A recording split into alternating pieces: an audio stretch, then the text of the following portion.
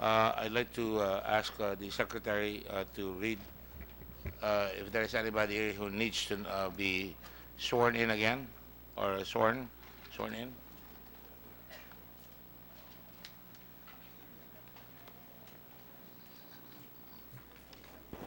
Thank you.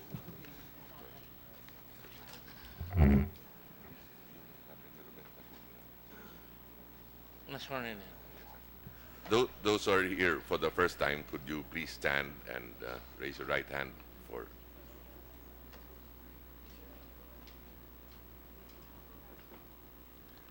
do you swear or affirm to tell the truth, the whole truth, and nothing but the truth in this proceeding? Thank you. You may take For it. the record, may I have the names of the gentleman over here on the left? Arnel Alcaraz, is it? I'm Attorney Arnel C. Alcaraz, sir, And, from BOC, Bureau of Customs, sir. Bureau of Customs. What is your position there? I am Collector of Customs 5, and I serve as OIC of the enforcement group from August to November 2016. Thank you. The others, please. We know Secretary Aguirre, you don't have to stand up. The others? Is it for the BIR? Yes, good morning, Your Honor. I'm The Commissioner himself. Cesar Dulay, Commissioner. Thank you of and the welcome. We're happy to have you here, Commissioner. Thank you. We need you here very badly. And who else? Mr. Chair, Undersecretary Eric Balmes from the Department of Justice. Thank you. And there's another gentleman there. Please don't wait to be called. My name is Arnel Gubalia from the BIR. I am the Regional Director of Manila. Arnel Gubalia, sir. Gubalia. Yes, sir. Yes. Let the record state that the gentlemen who stood up, including the Secretary of Justice, have now been properly sworn in. We shall now proceed, and so that we will not waste the time of the Honorable Secretary of Justice and the Commissioner of the BIR. I'd like to proceed with the Commissioner of Justice with the permission of Senator Lacson, unless you have questions. Mr. Secretary, I read in the papers finally today that after 4 grueling months, we're finally investigating the case. Is that correct, sir? Yes, Your Honor. This is, however, we are aware that the NBI has started filing the case in connection with the smuggling, Your Honor. Yes, Your Honor. In fact, on several occasions in past hearings, I have precisely accosted the NBI, and I see him nodding, as well as the PIDEA on the matter of filing the case, because we have had enough already in terms of being able to file the case, particularly on the matter of drugs, which is mala prohibita, as you know, as well as the importation of drugs and the bribery that has occurred. Of course, it will be up to you to determine which witnesses you may want to utilize, who is the not the most guilty, but that is your prerogative, and this Congress has no say on that matter. It is completely a judicial matter, an executive matter. And having said that, Mr. Secretary, what is the status of the case now? First of all, Your Honor, good morning again. Good morning, Senator Ping Lacson. Can we have some order, please? I would like to request everybody to refrain from talking because we're rather sensitive here. We'd like to listen. And in the meantime, I'd like to recognize the presence of Senator Aquino. Good morning, sir. Good morning, Senator Go ahead, Bam sir. Aquino. Your Honor, we have invited our department invited this morning one of our state prosecutors who's investigating the case, and to whom this case was referred to. Okay, can you please raise your right hand? Do you swear or affirm to tell the truth, the whole truth, and nothing but the truth in this proceeding? Side. Please sit down. There's another one. Mr. Barte, could you please stand up and introduce yourself? What is your name? Sir, I am Segundo Sigmund Freud Barte Jr. Sigmund Freud Barte. Use the microphone. Mr. Chair, I am Segundo Sigmund Freud Barte Jr. All right. You're not the famous psychiatrist, are you? No, sir. And what is your position, for the record? I am Customs Operations Officer 4. Customs Operations 4, in what department? Presently, the Deputy Collector for Assessment of the NAIA Collection District, Mr. Chair. All right, please raise your right hand. Do you swear or affirm to tell the truth, the whole truth, and nothing but the truth in this proceeding? I do. Thank you. I'm sorry. The other secretary, please, or the assistant secretary, Aristides, is it? Prosecutor Aristotle Reyes, Your Honor. Okay, Mr. Reyes, please proceed and answer the question. Okay. With respect to this case of importation of dangerous drugs under Section 4 of Republic Act 9165, it was filed by the NBI Anti-Organized Crime Division against Chen Min et al. On August 14, 2017 before the Department of Justice. It was filed through a referral letter. Upon receipt of the docket section of the DOJ, it was referred to the Office of the Anti-Organized Crime Division of the DOJ on August 15. Then on August 23, it was assigned to me for preliminary investigation. On September 4, I already issued a subpoena to all the respondents as well as to the NBI and their witnesses, setting the case for preliminary investigation on September 18. Subpoenas were served personally on September 5, September 6, September 8, and September 12. Subpoenas were issued to all the respondents, namely Chen Min. Please raise your right hand. Chen Bin. Is that Richard Chen? He is not around. Your Honor. No. He's not around. He's still wanted, right? Yes, Your Honor. Go ahead. Another is against Chu Min Jung. He's not around. Yes. He's Taiwanese, right? Yes, sir. While you were there, have we undertaken any measures to go? I personally talked to the director of the TECO, or Taiwan Economic Cultural Office here, to find out whether they can be arrested in Taiwan. We have their passports. What other measures have the Department of Justice taken on this matter, including the NBI and PIDEA? For me, being the handling prosecutor conducting the preliminary investigation, my mandate is only to proceed. All right. May I refer the question then to Secretary of Justice? Sir? We have an agreement with all these countries, and I understand that we can get these people back if we want to. Yes, Your Honor, we have the treaty between the Republic of the Philippines and People's Republic of China concerning mutual legal assistance in criminal matters, Your Honor. But this is a matter, sir, involving Taiwanese personalities. These are the people who are supposed to receive them. And I made contact with DECO, and they promised to cooperate. I wonder if might be more pressing for the Secretary of Justice or the Department of Justice to do the same thing so that we could put pressure on them to bring these people back to justice. This is a very widespread ring that is operating. I have information to say that this is drugs coming from here, or only part of drugs that were brought also to Japan. So this is a very big ring.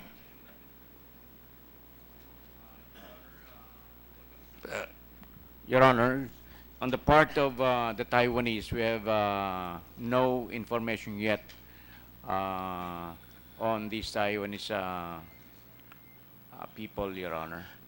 Without meaning to offer any affront upon the Secretary, don't we have any budget to show the seriousness of this situation, that we try to go after these people? After all, these people tried to bring in 6.5 billion pesos worth of drugs, along with the previous arrest, and I congratulate the NBI for that. I don't congratulate them for those who have not yet arrested. Who knows how many people, how many drugs have come in. But nonetheless, since we have something, a bird in the hand here, three birds in the hand here, I was wondering what other matters we can undertake, what other measures we can undertake to go after them.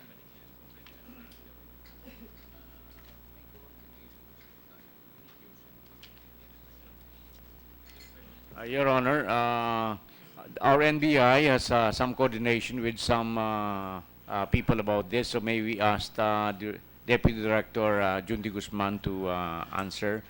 in connection with that I will question, go Your back Honor. to the ASEC later on, but in the meantime, I just want to pursue this point. Director De Guzman? Good morning, Your Honor. Actually, the NBI together with PIDEA sat down with the State Counsel, Attorney Paras, and I think there is already an ongoing coordination through the Mutual Legal Assistance Treaty between the Philippine DOJ and China. I will go to China later on because the committee is aware, and you are aware that I spoke with the ambassador of China already. And this is close to the extent upon which we try to go after. I just want to see the kind of enthusiasm that the Blue Ribbon has with the executive department. This is not kosher. We are not going to accept the fact that we are helpless in the hands of practically invasion of criminals in this country, trying to destroy the fabric of our country in terms of our integrity, in terms of the young people here. I want to know, because the Taiwanese are the ones involved here, I want to know what other measures you're going to take to get them back. Your Honor, please. Our a team from the NBI already coordinated with TECO. What about Interpol? Have you coordinated with Interpol? If they give you the same answer that they gave me, I wonder if I might ask Senator Lacson. I'm sure we can ask Senator Lacson that Interpol would be helping us here as well. The answer is yes, of course. Have we Yeah. done anything with Interpol? Your Honor, our chief of Interpol is here right now. He can talk about the procedures. Please proceed.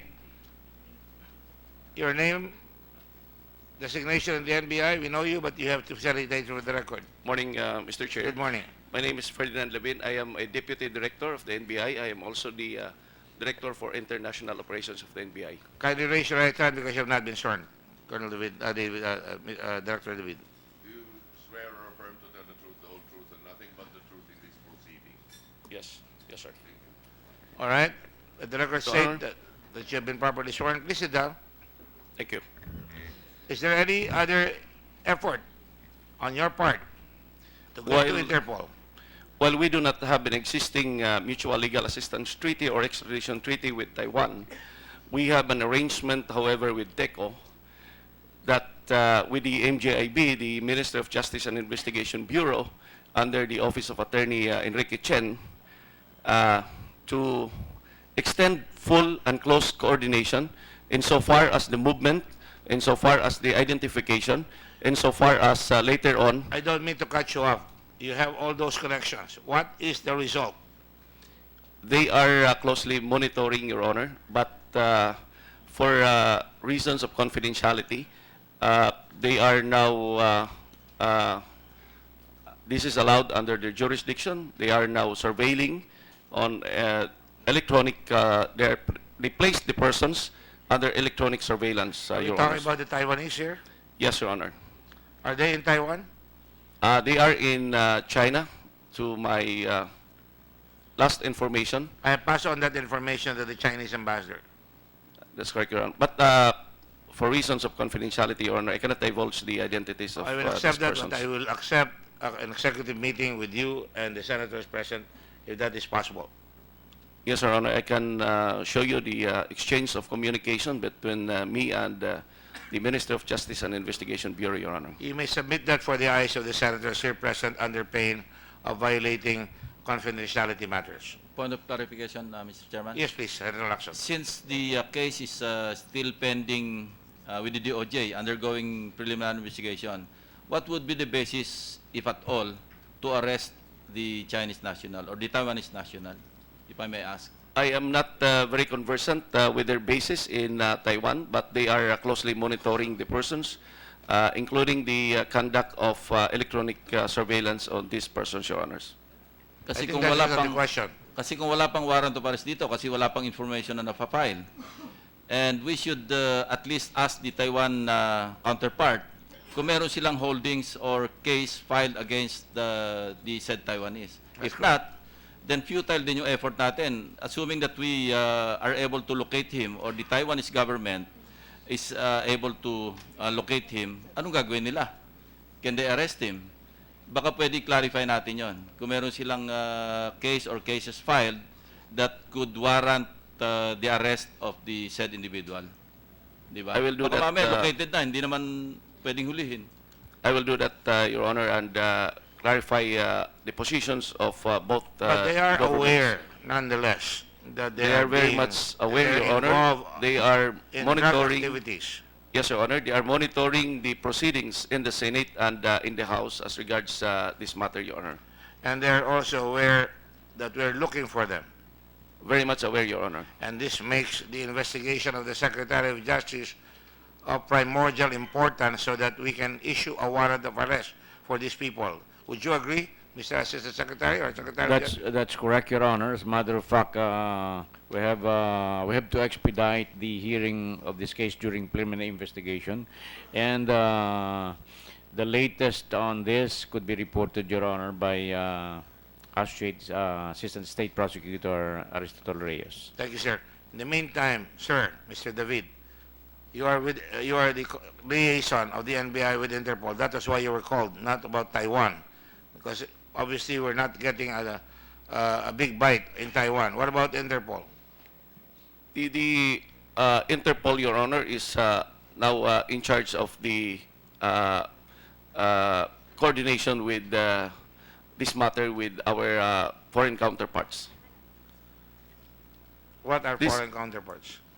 The The Chinese and the Taiwanese, Chinese and the Taiwanese, Your Honor, and but perhaps the Japanese, and perhaps any other country that is involved in this drug operation. yes, Your Honor. And having said that, they're also in touch with you, aren't they? Yes, Your Honor. So, are there any reports to be made? If they are of a confidential nature, you may do so when we call you later in an executive meeting amongst us. Yes, Your Honor. So they're confidential. Very confidential, Your Honor. All right. Thank you. Let me now go back to Thank you, Your Honor. Assistant Secretary Reyes. Please proceed. Post haste. The latest status, Your Honor. Yesterday, we conducted the preliminary investigation. You're talking about the people that you have already Okay. charged. Yes, Your Honor. Subpoenas were sent, as I'm saying a while ago, to the following. Third person subpoenaed is Fidel Anoche D, the warehouseman who was arrested during that. I'm aware of that. Yes. And another is to Chen Lu Jong, also known as Richard Tan, Yes. and Lu Li Guangfeng, also known as Manny Lee. Then Dong Yishen, also known as Kenneth Dong. Irene May Tatad, Mark Ruben Taguba II, and TJ.A. Marceliana. And that goes only for those who are involved here in the Senate, and that hasn't included those who are involved in the smuggling attempt by customs personnel. Yes, Your Honor, because Are you preparing already for that eventuality? Because you got the information practically here. There was no investigation by the government, by customs, by the Department of Justice when this occurred. Walang nangyari hanggang dumating dito sa Senado. Kaya lang kayo nakapag-file, nakuha natin lahat pati tara kay Taguba at nalaman natin kung paano pumasok yung droga. Tama po ba yan? Yes, Your Honor. And therefore, it behooves you, and I'm raising my voice here again, if only to show the passion and the very serious nature of our investigation that should not be trifled with. And that is, you should be preparing already charges, and tomorrow there will be a formal report on the drug case already. I was going to do it today, but today I gave it one more day so that in case we find anything else, we could add that to the report. But my report is fairly complete insofar as the drugs are concerned already. So it is my hope that you are closely monitoring and closely investigating through the NBI and the PIDEA what is going on. Are you? I'm monitoring what was going on, Your Honor. Under orders of the Secretary of Justice himself. Mr. Chairman, Yes. may we be clarified? Ito yung December seizure, ano? Not the Valenzuela seizure. We're referring to the this December is the Valenzuela Dece- seizure. This is Valenzuela. Valenzuela. But The I six- understand PIDEA also filed a case. Yes, there is already also another case filed by PDEA, this time involving the customs personnel. So, i-consolidate nyo Yes, na lang. probably this will be consolidated. So, kasama na sa PI yung final ng PIDEA. No, not yet, because it was only yesterday that PDEA filed the case. But eventually, you're going to consolidate. Thank you, Mr. Chairman. Yes. How about the December seizure? I think there is another prosecutor handling that case. And the San Juan, San Juan case. seizure. Yes, Your Yun na yung Honor. San Juan, di ba? How about the Sampaloc case? There is no, I'm not yet aware of the case involving the Tatlong seizure in seizures kasi. Maceda. Valenzuela, San Juan, and mukhang interrelated, di ba? Yes. So, walang naipapile na kaso doon sa December seizure, yung 800. Wala pa. I'm not. Your Honor, with respect to the almost 900 kilos seized in San Juan last December, the case now ongoing. As a matter of fact, there are now several hearings for the destruction of the 900 kilos. Well, we're talking about the filing of cases. Has there been any case filed on the December, capture of those drugs? Yes, Your Honor. The hearing is ongoing with the Regional Trial Court of Pampanga. And on the side, Against which I'm personalities? I'm sorry, in San Juan, Regional Trial Court of San Juan. I was wondering why it was Pampanga. Jurisdiction I'm is, sorry, Your Honor. goes beyond. Who are these people that you filed a case against with? I believe, Your Honor, that there are three Chinese, Taiwanese or Chinese? Chinese or Taiwanese captured, Your Honor. Which one is which, sir?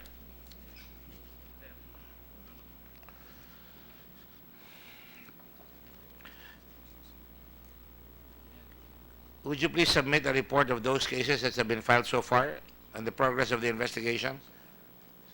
So that I Yes, Your Honor. Actually, after the inquest proceedings, Your Honor, we filed cases against the following accused. Shigui Zhong, alias Zhong, 44 years old, Chinese national from China, Fujian, China. Chi Wende Jackie Tan, 44 years old, from Fujian, China also. Wu Li Yong, alias David Go, also 44 years old, from Santa Rosa, Nueva Ecija. Filipino? Santa Rosa, Nueva Ecija. Is he a Filipino, sir? Filipino citizen, yes, Your Honor. Wu Li Yong, Your Honor, is Chinese national, a resident of Santa Rosa, Nueva Ecija. Both of them. Abdullah Jamal Mahmud, Filipino, of Tansa, Cavite. Salim Arafat Kogodaum, Filipino citizen of Tansa, Cavite. And Bashir Jamal Tawaki, 19 years old, Filipino from Tansa, Cavite, Your Honor. Thank you. And what is the progress of the case on that matter so far? Is that already undergoing trial? Yes, Your Honor. Per the latest report to us, the prosecution has likewise inquired from the court on whether they had already sent notices for the next scheduled hearing on September 18. So that was yesterday. However, they informed us that they have not sent notices because the Honorable Judge is on leave. I understand the Supreme Court has already ordered continuous hearing of cases. Are they going to be covered by this? Yes, Your Honor, Especially beginning pa- September. Yes. So September 1, 2017. I hope that we can get the judge to show up so that the hearings can be continuous and we can get a conviction of these people. Yes, Your Honor. Did I hear you correctly earlier that you personally supervised this? The drugs were destroyed? Yes, Your Honor. We have, it is the PDEA, Your Honor, but there were several hearings already, and as a matter of fact, I raised this matter of destruction before the Supreme Court Chief Justice because of the delay. I think there were already 4 hearings, but the presiding judge was more or less has not yet finally resolved on when the judge would be destroyed and how it would be destroyed, because under the rules of court, the Presiding judge. way to destroy this has not been very clear, Your Honor. That's why the judge was very careful about this. Are you I saying? think the provision in 9165 is quite clear, Mr. Chairman. I'm aware of that. Go ahead. The please. formula is 24, 72, 24. 24 hours, and then upon filing, within 72 hours, and then another 24 hours. And since the drugs were confiscated last December, definitely, naglapse na yung 24, 72, 24. We're only talking of hours here. Your Honor, the prosecution in this case has already presented 2 witnesses, one of which a forensic chemist and the other is the agent on the case. We are in the process of interviewing witnesses since their testimony will be in the form of judicial affidavit. Your Honor, with respect to the exact status of the case, may we refer it Excuse me, sir. to you, to the Kindly address the question of Senator Lacson. Senator Lacson is a seasoned investigator, and PIDEA is also aware of the 24/72/24 rule, which means that once you arrest within 24 hours, the laboratory should have determined that there is already a It's under finding. Section 21, Mr. Chairman. It says within 24 hours upon confiscation, seizure of dangerous drugs, plant sources of dangerous drugs controlled, etc., etc.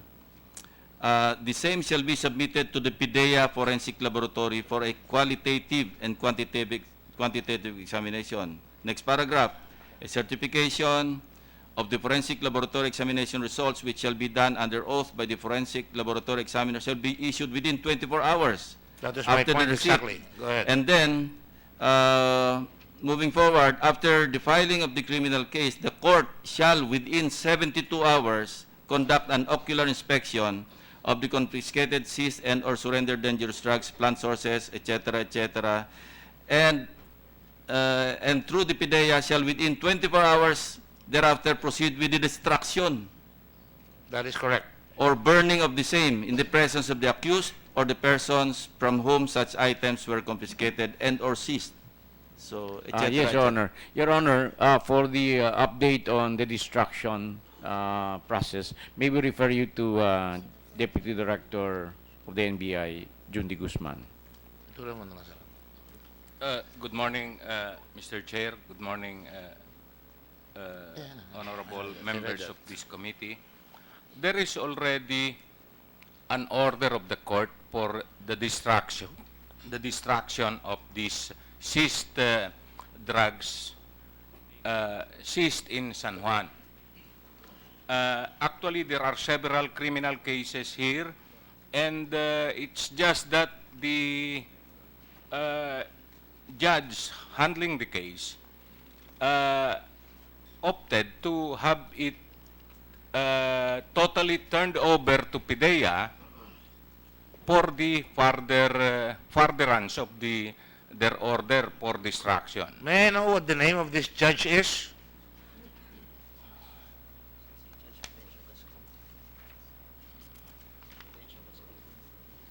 Your Honor, the name of the judge is Honorable Juvencio Gascon. Another Gascon. Would you say that he is ignorant of the law? PIDEA? Would you say that the judge is ignorant of the law? Mr. Secretary? I'm asking the questions of all 3 enforcement agencies. I really could not answer the question, Your Well, Honor. let's look at the law. Is it mandatory? But Has the PIDEA conducted a forensic investigation? Your Honor, as far as the 800 kilos is concerned in San Juan, We're talking about this case now. I don't. the San Let's be Juan, sure. We're the talking San about Juan the same case, thing. yes, Your Honor. 500 kilos were already ordered by the court. Ordered, Destroyed? no, Your Honor, ocular inspection. What? It was already, the 500 kilos were already turned over by NBI to PDEA, but there was still no ocular inspection conducted. So we cannot destroy the evidence without the ocular inspection to be conducted by the court. So the problem is we cannot destroy anything here pending the ocular inspection coming from the court. We already wrote the Supreme Court to expedite the conduct of ocular inspection, Your Honor. But until today, there was still no order for ocular inspection, Mr. Your Chairman, Honor. 500. So nasaan yung 300 plus kilograms? It's 900 kilograms eh. Your Honor, it is still with the NBI. The balance of about 250 kilos, Your Honor. Bakit tingi-tingi yung turnover? Hindi ba dapat ang disposition lahat PIDEA? That's clear. That's clear in the law. Na PIDEA yung final custodian noong confiscated drugs. In fact, within 24 hours, di ba? That should have been turned over. So bakit may naiwan pang 250 kilograms sa NBI? Your Ano Honor, yung ating procedure, Mr. Chairman? the total of 560 kilos was delivered to us in 4 different days by order of the court. Let me be very candid here. The law does not allow the court any play here. It says the court shall, within 72 hours, conduct an ocular inspection. If he does not, don't you think, Mr. Secretary, that he is remiss of his duties? This law was done practically in anger by the Congress of the Philippines to be able to quell drugs in this country. And I don't think the judge has any play. I don't think we have room for drugs that have been confiscated in December to still be loitering around somewhere, could be rechanneled, and I'm not saying it has been, redistributed, could be commingled, redistributed again. I mean, is there anything that the Secretary of Justice should do, such as I certainly am going to write the Chief Justice of the Supreme Court again on this matter, and I certainly, if I were the Secretary of Justice, put this judge under investigation. Yes, Your Honor. Actually, Your Honor, I've been prodding and been wondering why this almost 900 kilos of shabu has not been destroyed. We are very much aware, and we have been guarding this seizure for since the beginning, because we are very much aware that this could be pilfered. As a matter of fact, during our last conference with the in the presence of the Supreme Court Justice Maria Lourdes Sereno in Cebu about 3 weeks ago, I raised this matter to Her Honor, the Chief Justice, that I complained why it was taking so long for the judge to order the Would destruction. you furnish us a copy of your letter? This was in a convention, Your Honor. So About it was three said in perhaps conversation. yes, Your Honor. I think we could do it, Your Honor. You could furnish us an affidavit that you had this conversation with her? I think so, yes. Yes, Your Honor. I will Would you do. please do that? Because quite frankly, I'm willing to challenge the gods of law and subpoena this judge even if I know I should not. Subpoena him so that I will create a constitutional crisis where the court will say you have no right to interfere in the Supreme Court, in the judiciary. And I will now say the judiciary is not doing their work. It says here, the law is very clear, 72 hours. And this is not a small matter of small quantities of drugs. This is a large quantity of drugs. The biggest, in fact. The biggest, yes, Your Honor. And therefore, this judge should be brought to the ombudsman right away. I could, Your Honor, I could send you a letter, even under oath, that I discussed this with the Chief Justice just about 2 weeks ago, 2 or 3 weeks ago. Please do. Yes, Your Honor. Because, you know, you and I sit at the Judicial Bar Council. If I had known this, I would have told the Chief Justice right away, because she and I talk about how we can facilitate justice in this country, because our criminal justice system is totally out of whack. And just to give you an idea of how upset I am, it's now 4 months, and we have not destroyed the evidence. We have not allowed the court to inspect it. Court has not inspected it, and we have not proceeded with the case. It's almost 10 months, Your Honor. Yes. Mr. Chairman, Mr. Go ahead, Secretary, please. inquest proceedings po nangyari rito, ano? That's Kasi may right. arrested eh. Opo, that's So right. talagang 10 months na talaga kasi pagka-inquest, dapat nagbibilang na ng 24, 72, 24. So talagang sobrang layo na. If I remember right, it's December 16, Your Honor. I'm going to be Mr. Chairman. I'm going to be very responsible. December 23, I'm sorry. Mr. Chairman, just a quick question. Yes, go ahead. Yung 560 kilos o nasa PDEA, part of it is still with NBI. Is that correct? 258 kilos still with the NBI. Oh, is there anything in the law that says that a seized amount of drugs will be distributed across two agencies? Hindi ho ba dapat laging together yan, laging magkasama? Hindi ho ba medyo kakaiba na may portion in the PDEA at may portion sa NBI? Director De Guzman, can you explain to us very quickly bakit po may portion sa PDEA at may portion po sa NBI? Your Honor, please, considering that we already filed this case on inquest, it's now under the jurisdiction of the court. So So, the we court- are waiting for the court to order the NBI, because in the NBI, we have the facility to examine this just like the FIDEA. So, this is allowed early on with our arrangement with Okay, FIDEA. Director, so yung order po ng korte, tingi-tinging ilipat sa PDEA. Your Honor, the court conducts Ocular. the proceedings in the NBI, Okay. and they accordingly inspect the item seized. So the remaining 258 kilos are not yet inspected by the court. Okay, my question. Nahiwalay po ba yung 900 kilos? Bakit nung pumunta yung korte, 500 kilos lang yung nakita niya? Nasaan ho yung 200 plus na kilos? Your Honor, during the inspection, hindi po lahat na-inspect ng judge itong total of 800 kilos. Bakit po hindi lahat? Partially po, kasi there are series of proceedings conducted by the judge inside the NBI po. No, are they physically together?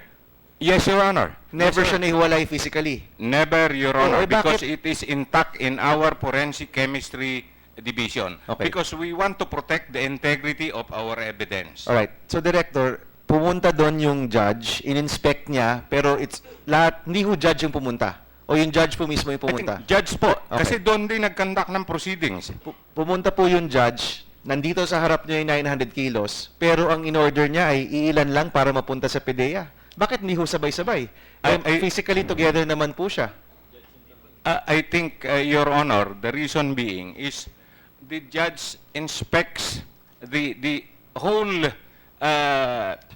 evidence, and only 500 something was inspected by the judge. So the rest will be inspected on some other dates upon the availability of the judge. Is that usual, Director, na ititingi-tingi yung isang shipment na nahuli? Normal ba yun? Kasi, pag in-inspect ho ba, hindi naman ho yan per kilo na i-inspect, di ba? Pupunta ho yung judge doon, titinan niya, meron na ho kayong papeles na kalagay na this is all shabu, this was all taken in one proceeding. Why was it, bakit ho siya hinati-hati? Your Honor, it's like this. When the judge went there, the per pack, they open it, and get a sample representative of each pack. Yes. Then that is examined, and that's why No, no. That's not procedure. The procedure is for the judge to wait for the forensic examination. That is the procedure. The judge does not examine. All he does is have an ocular inspection. And once the ocular inspection is done, he orders the burning or the disposition of the drugs. That is why it is within the 24-hour period. That is why I will cut to the chase here. Secretary of Justice is ordered to prepare that affidavit, submit it right away post haste, if necessary today, and if necessary, I'll call another hearing tomorrow so that I can call this judge and institute a constitutional crisis because they are violating the law. I am sick and tired, Mr. President. Meron na oversight dyan, I know. Because, you see, you have judges that issue, and I've already written a letter to the Chief Justice of the Supreme Court. Judges that issue search warrants on people who are in jail who are eventually assassinated or executed. And I've not gotten a reply yet. I have the highest respect for the Chief Justice, and I'm sorry I have to say this. But now, you have already told the Chief Justice that this judge is in control under his jurisdiction of 900 kilos practically of drugs, and he has not done anything after forensic examination has been conducted. He has no play. He has no play. He cannot even taste the drugs. All he has to do is rely on the forensic examination of the PIDEA and then make the order. He doesn't have to go back and forth. All he has to do is inspect it, ocular inspection, what we call in law as autoptic evidence. Isn't that correct, sir? That's correct, Your Honor. As a matter Meaning of to fact, say, we look at the evidence, real evidence. And once the judge is assured of that, he makes an order. So, based on that, I will get your affidavit. I will now prepare a subpoena be issued with the permission of my colleagues here under the oversight functions, and to institute a crisis within the Supreme Court because they are not acting, and that is why drugs are proliferating in this country, people are being killed, and at the same time, Customs is not doing anything after 2 months. After 4 months, the department has not been able to do anything because the judge is sitting on this case. We are not going to tolerate that. I certainly will not tolerate that, speaking for myself. And so, the order is made. yes, Your Honor. For the information of the this committee, our conference with the Chief Justice happened last August 25, less than a month ago in Cebu. And because of the great quantity, Your Honor, of the 900 kilos of shabu that was seized, they were in 1 kilo packages of plastic, and it could fit. It would even be. It could not fit the whole table of the Senate. So what was done by the judge is to have a sample of each and every package, but that's why it took too long, and I believe that he went to the NBI on at least 3 times. But however, Don't you think it's foot dragging? PIDEA told me, Your Honor, that they have some problems with the procedure being taken by the judge, and I believe that the PIDEA could be could explain on the procedure being taken by the Do you judge. suspect foot dragging here? He was on medical leave, but I think it would be So we would like to medical hear from PIDEA, Your Just Honor, want to decide. what they experienced. Yes, PIDEA. What is your name, please? With the permission of the Honor, sir, may I request the Director of the Laboratory Service to explain on the circumstances about that. And the name of the chairperson of the laboratory services? Your Honor, I am Director Belen Banog from the Laboratory Service PIDEA. Your full name, please. Belen Banog, sir. Bilen Pano. Banog. Pano. Banog. Anyway, we'll get the spelling correct. Please stand up, raise your hand. Sir, I have already take oath Oh, last it's time. still under oath then. What is your position on the matter? Sir, I'm the director of the PIDEA Laboratory Service. What is your position on the matter? Does the judge have the leeway? Sir, as I have observed during the ocular inspection, the decision of the judge is not firm, and they conducted different procedures. There are evidence that they conducted What do you mean by the word ocular? ocular inspection is they have to inspect the evidence as well as retesting by the chemist and getting the representative sample for the purpose of court. Ocular means to inspect by sight. Sir, at site, sir, at the NBI. Inspect on site based on the information that the PIDEA has already conducted the examination and that they have done it properly. They have the presumption of regularity. Is that correct, ma'am? Yes, Your Honor. And having said that, the law just says the judge goes there, takes a look at it, looks at the drugs, and says, all right, the order will now be issued to destroy the drugs. Is that your experience, or are all judges like this particular judge? Your Honor, our procedure is... I ask you, what is your experience on other judges, if any? Sir, it's different. Different? Yes, sir. Why? What do you mean? They have different procedure all the time na mag-conduct ng ocular is different procedure. There are... What are the other procedures? Do they wear a microscope? Do they have an x-ray with them? Sir, there are drugs na they conducted retesting as well as reweighing. Are they qualified to do that? No, the chemist, Your Honor. The chemist is the only one qualified. Actually, sir, I will read you the definition of ocular. Done or perceived by the eye. B. Based on what has been seen. Ocular testimony. 2A. Of or relating to the eye. B. Resembling an eye in form or function.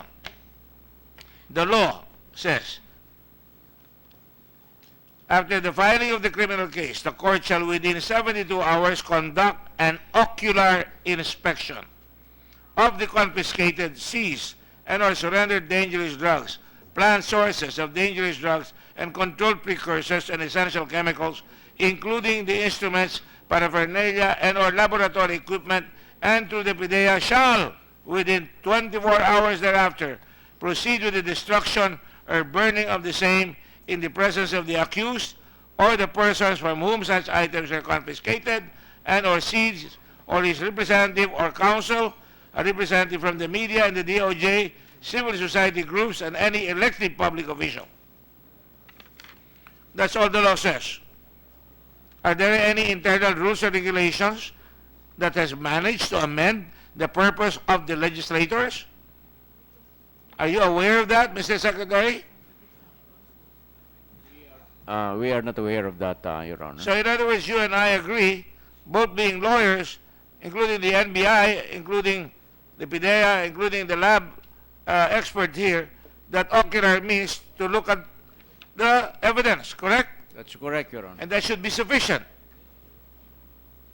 That should be sufficient if ocular inspection is the only one With to be more done, Your reason, Honor. I would respectfully request that you submit that affidavit immediately. I will, Your Honor. Thank you. Shall we proceed now? And I hope that judge is listening. And I hope he whisks himself here to explain himself right away, because the wheels are already turning. No wonder the wheels of justice turn very slowly in this country. Mr. Chairman. Napakabagal. Go ahead, please. Yung na-transfer na po sa PIDEA, yes, maybe si Ms. Banog can answer. Yung nalipat na po sa PIDEA, hindi nyo pa rin po to sinisira, ano? Yes, sir. Kailangan nyo bang hintayin lahat ng 900 bago nyo sirain yun? Hindi nyo ba pwedeng sundan yung 247224 kapag nasa inyo na po yung droga? As long as, sir, na may court order for distraction. Ah, Kailangan namin, sir, yung court order na to destroy those drugs. So may court order na ilipat sa inyo pero wala pang court order to destroy. Yes, sir. Pero sa batas nakalagay 247224. Hindi ho ba automatic dapat 'yon na kapag nasa inyo na sisirain nyo na within 72 hours? Kailangan pa rin, sir, ng court order based sa law. Okay. So in short, nagtagal po ito. Yung dapat 72 hours, naging 10 months. Tama ho? In fact, hindi pa nga tapos kasi hindi pa po nalilipat lahat. Yes, sir. Okay. Kitchen judge, di po ba? Secretary. Your Honor, the last hearing on the destruction was July 17. Now, the judge was went on sick leave, and so the case was postponed to September 18, from July 17 to September 18, for 2 months. But on September 18, the case, the hearing was postponed because the judge was still not in, and he will be coming back now on September 28. So this is the status of the leave of the judge, Your Honor. You know, this is one of the reasons why it's so difficult to be in government. No wonder people lose their trust in government, and no wonder shortcuts are being taken. Can you please proceed? Bilisan mo lang, ano? Yes, Your Honor. After the sending of subpoena, yesterday the preliminary investigation was conducted. Respondents Kenneth, Dong, and Irene Maytated already submitted their counter affidavits. Respondents Chen Min and Juming Jun, the Taiwanese, as well as Manili, failed to appear, and they are considered to have waived their right to submit the counter affidavit. As for Respondent Mark Taguba, TJ Marceliana, and Richard Tan, including Fidel Anoche D, they were given until March 25 to submit their counter affidavit. Rather, September 25 to I submit thought you their said counter. March. September 25, rather, Your Honor. And thereafter, we will terminate the preliminary investigation. And when the moment the judge, the case is filed, the judge will allow the forensic examination has already been conducted. Am I correct there, Pidea? Tapos na po ba yan? In this particular case, ito na yung sa Valenzuela. Konfirmado na po na lahat yan ay mga droga. Yes, sir. This was, these 500 kilos were examined by the NBI Forensic Lab, sir. The 100 kilos was already finished by PIDEA. Bakit po ba nagdi-divorce palagi dyan? Bawal po ang divorce sa bansang ito. Huwag yung dinidivorce yung droga. 500 sa NBI, 100 sa kabila. Talaga binibigyan natin ng excuse na mag-put dragging yung mga judges. Can the NBI, can the director please, Secretary, can you please sort this thing out? Na dapat, sa law naman yan, PIDEA dapat yan Actually, Your Honor, I think it's PDEA's call, so under the law. Mr. Chairman, legal question. Yes, please. Would it affect the chain of custody? Kasi ang daming nadi-dismiss na mga drug cases sa Section 21, I believe, na yung sa chain of custody. Kasi kung hiwa-hiwalay ang custody, baka mag-suffer yung chain of custody, ma-dismiss yung kaso. You know, just for the record, Mr. Secretary, I was talking to a judge last night, a lady judge. And I said, ang nahuhuli nyo ay maliliit. Paano yung mga pusher? Kasi po ang law enforcement natin, napakahina po, karamihan na di-dismiss because ang law enforcement napakahina. Pinababayaan po yung kaso. Just for the record. Yes, Your Honor. Now, all right. You included... I'm waiting for my... Oh, yeah, I'm sorry. The answer to my question. Maapektuhan ba yung chain of custody issue rito? Who are you Kasi directing the question basis to? for dismissal yan eh. Secretary of Justice. Kung magkakahiwalay yung ebidensya. Actually, it's very probable, Your Honor. As a matter of fact, even at the beginning of this 605 kilos, many in the law enforcement personalities have said that parang patay na yung kasong yan because of the chain of custody question. Ba't yung patay na yung kaso? Mala prohibited na yung nahuli niyo, andyan na yung drugs. Ano mamamatay? Because nga po, baka magkaroon daw ng depensa. That is a prerogative, sir, hindi ba? That is it is the respondents or accused defense. They can use that defense, and it would be a sad day for the administration of President Duterte if he cannot win this case. That's correct, Your Honor. But hopefully, that opinion or that assessment on the part of this police personalities could be salvaged still. Senator At Lacson, least yung December seizure sa San Juan, nakita ng judge yung drugs, magkakasama yung 800 plus kilos doon sa custody ng NBI. In this case, hindi pa ito nakikita ng judge kasi definitely hindi dahil wala pa tayo sa trial, hindi ba? Hindi pa nga natatapos yung PI eh. That's right, Your Honor. Magkahiwalay na yung droga. So, malamang sa hindi, ma-dismiss na nga itong kasong to. Wala pa Hindi man... naman. I mean, I'm sorry. No, but that's why I'm asking that legal question because the Secretary of Justice, no less, is a resource person. So, I'm trying to look for solution here. So, in future confiscations, in future operations, makorek yung mga mistakes na ganyan. I just don't want the lawyers to think that they can get away with it, Senator Lacson, by giving them that excuse. I don't think it's an excuse because you can still examine one portion of the drugs, and no matter if they examine 500 at not properly collected, John, or you 100, you still have a case. Is that correct? Hopefully, Your Honor. And, you know, is your question been answered? Answered by the Secretary of Justice, but contrary to the opinion of the Chairman, Mr. Thank you. Chairman. The PDEA, Your Honor, has something to say about this. Yes, Bidea? Your Honor, yung 604, ang nangyari kung bakit yung 100, yun yung napunta, yun yung kininto ni Director Wilkins Villanueva. Sa 100, natapos na namin lahat yung pag-file kay Fidel Anochide, Section 11 at 29165 sa Branch 284. And as of yesterday, mayroon ng court order for destruction, Your Honor. Meron ng court order for destruction. Yes, Your Honor. Mukhang mabagal ang NBI, Secretary. That's under your department. Congratulations to Bidea then. May I refer this to the NBI people, what they'll be doing with the other portions of the drug. Sir, actually, Your Honor, the 500 kilos are intact with our forensic chemistry division. Corresponding examination was already conducted by the NBI, and we already referred the matter to the DOJ for each disposition regarding the... Pero mas mabilis pa rin ang PIDEA, ganun ba? Mr. Chairman, clarify ko lang sa PIDEA, which court ordered the destruction? Wala pa nga sa court eh.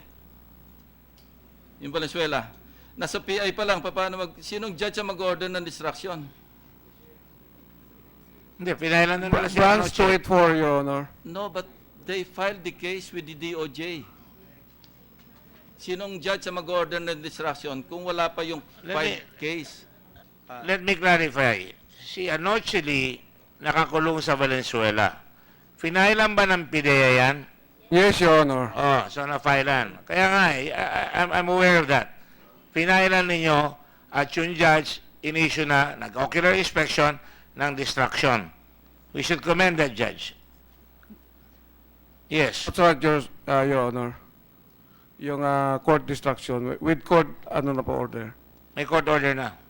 Yes, Your Honor. Destroyed na. So we have scheduled the tentative on October 12, Your Honor. 24 hours lang yan eh. I think the laboratory... Gano'n ba kahaba yung 24 hours sa inyo?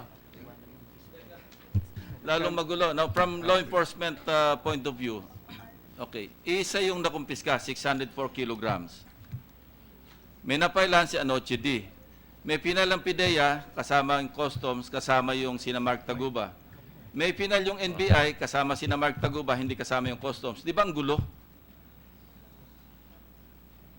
Eh pagka dinestroy ng, in order ng judge na i-destroy yung 100 kilograms na nasa PIDEA, ano mangyayari ngayon doon sa case ng buong 604 kilograms?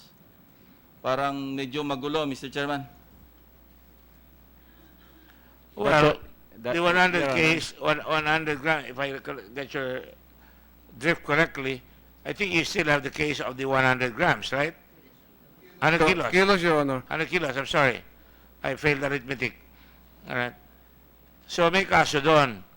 Ang inintay natin yung 500. And by the way, in the case of People versus Del Monte, 2008, non-compliance of Section 21 of Republic Act 9165 will not render the drugs inadmissible but will affect the evidentiary weight only. So the case is not patay, Mr. Secretary. Mr. Secretary, the case is not patay. Actually, Your Honor, hopefully that's also my hope that it will not, that it will salvage the case. With respect to the destruction of the 100 kilos, the prosecutor Aristotle Reyes, who is handling the case, some problem with it because he is still hearing the 500 kilos. So there could be some complications if the 100 kilos would be destroyed ahead of the 500 kilos, Your Honor. Exactly my point, Mr. Chairman. May we hear from I don't- Prosecutor Reyes? You know, we're all lawyers here. When I run out of arguments, I always say technicality should always step aside to render substantial justice. That is an argument that I've used time and again. I think we have a case. I'm not ready to sell out. And I don't want to advertise the fact, the weakness of our prosecutorial arm. I have so much respect for the Secretary of Justice. The position is so important. One of my revered deans, Secretary Abad Santos, one of my revered, I would say, mentors, Justice Tiangki, occupied that position. And I'm surprised and I'm aghast that we should make very, very fleeting statements here. Now, you have a prosecutor here. Have you taken your oath? Yes, Your Honor. On the record, all right? What is your name? I'm Senior Assistant City Prosecutor of Valenzuela City. And what is your, you were raising your hand. What did you want to say? I want to state that the order of the Honorable Court regarding the destruction of the 100 kilos of shabu was made on August 30. Yes. The RTC branch 284, Your Honor. And do you see any problem with it? I think there's no problem, Your Honor, because all the evidence were properly marked and there were all the procedures were followed. There was an ocular inspection done by the court in the presence of the accused. And besides, Your Honor, the 100 kilos were part of the delivery, Yes, Your Honor. separated from the 500, correct? Yes, Your Honor. It was brought to Anoche D, and they were captured because of that. Yes, Your Honor. They could have captured others, but they did not. And my next question is, I'm sorry, to the Secretary of Justice, what happened to that NBI agent that was called by Mr. Estrella? Na person-to-person call na lang ngayon, hindi na NBI ang tinawag, yun na lang mismong NBI na kaibigan niya ang tinawag. What happened to that guy? You'll forgive me if I raise my voice. I'm sick and tired of this. Your Honor, You all ought to be ashamed of yourselves. may I ask Your Honor, the MBI Deputy Director is with us. Anong Should ginawa we- niyo doon sa INT na yun? Na nakialam? Sir, that was the statement of Director Estrella that he called his friend Director Lito Magno. At that time, sir, Director Lito Magno was assigned in at the office of the Didi Ross, Deputy Director for Regional Operations Service. And Would you say, and if I remember correctly, I asked you this question, he was floating at that time? He had issues, right? yes, Your Honor. I think he used to be assigned in Region 3, and he was recalled and assigned Because of issues there. that I am not aware of, Your Kindly be candid. You said he was floating, he had issues. Honor. Maybe that's it, Your Honor. You know, tama na yung kabaro, ha? Kaya nasisira yung buong NBI, nasisira yung buong kapulisan, pati mga judges dahil sa kabaro system. Hindi porque kabaro nyo, exempted yan. What have we done with him? Now he is now assigned in Region 1, Your Honor. And he's not under investigation? Not, Your Honor. Did he not call the NBI? No. He did not, right? Yes, Your Honor. He just did so on his own, right? Yes, Your Honor. That is why we are going to go hammer and tongs against Mr. Estrella and that person. And if this continues on, I'm ready to say, all the BOC people, and we have that recommendation, dapat file ng kaso. Dadagdagan ko na yan pagka hindi nyo mapaliwanag yan na nakakagulat yung sinasabing wala na tayong kaso. Of course not. This is not personal. There are people who are being killed for lesser quantities and yet these big quantities hindi nyo mahuli-huli. Botch the whole operation.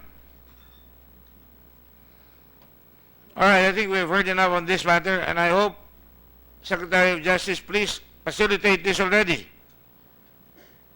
Yes, Your Honor. Mr. Chairman, I would just like to correct the impression that we're advertising the weakness of this case. We are discussing this matter, so in the future, we can correct whatever mistakes Definitely, I that agree would with have that. been committed, Mr. Chairman. Thank you. So there's no intention to advertise the weakness of this case, Mr. I never Chairman. said that there was an intention. I was referring to the Secretary of Justice na sinabi patay. Your Honor, I was just quoting some of the police personalities immediately after the seizure. But true to tell, the Secretary of Justice doesn't know anything of any case during its preliminary investigation. I do not meddle in this case.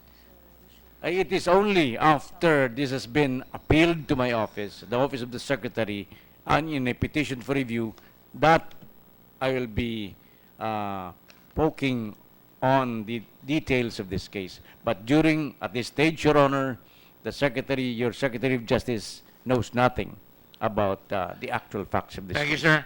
I just want to show you some, we do our homework here. This is not under your watch.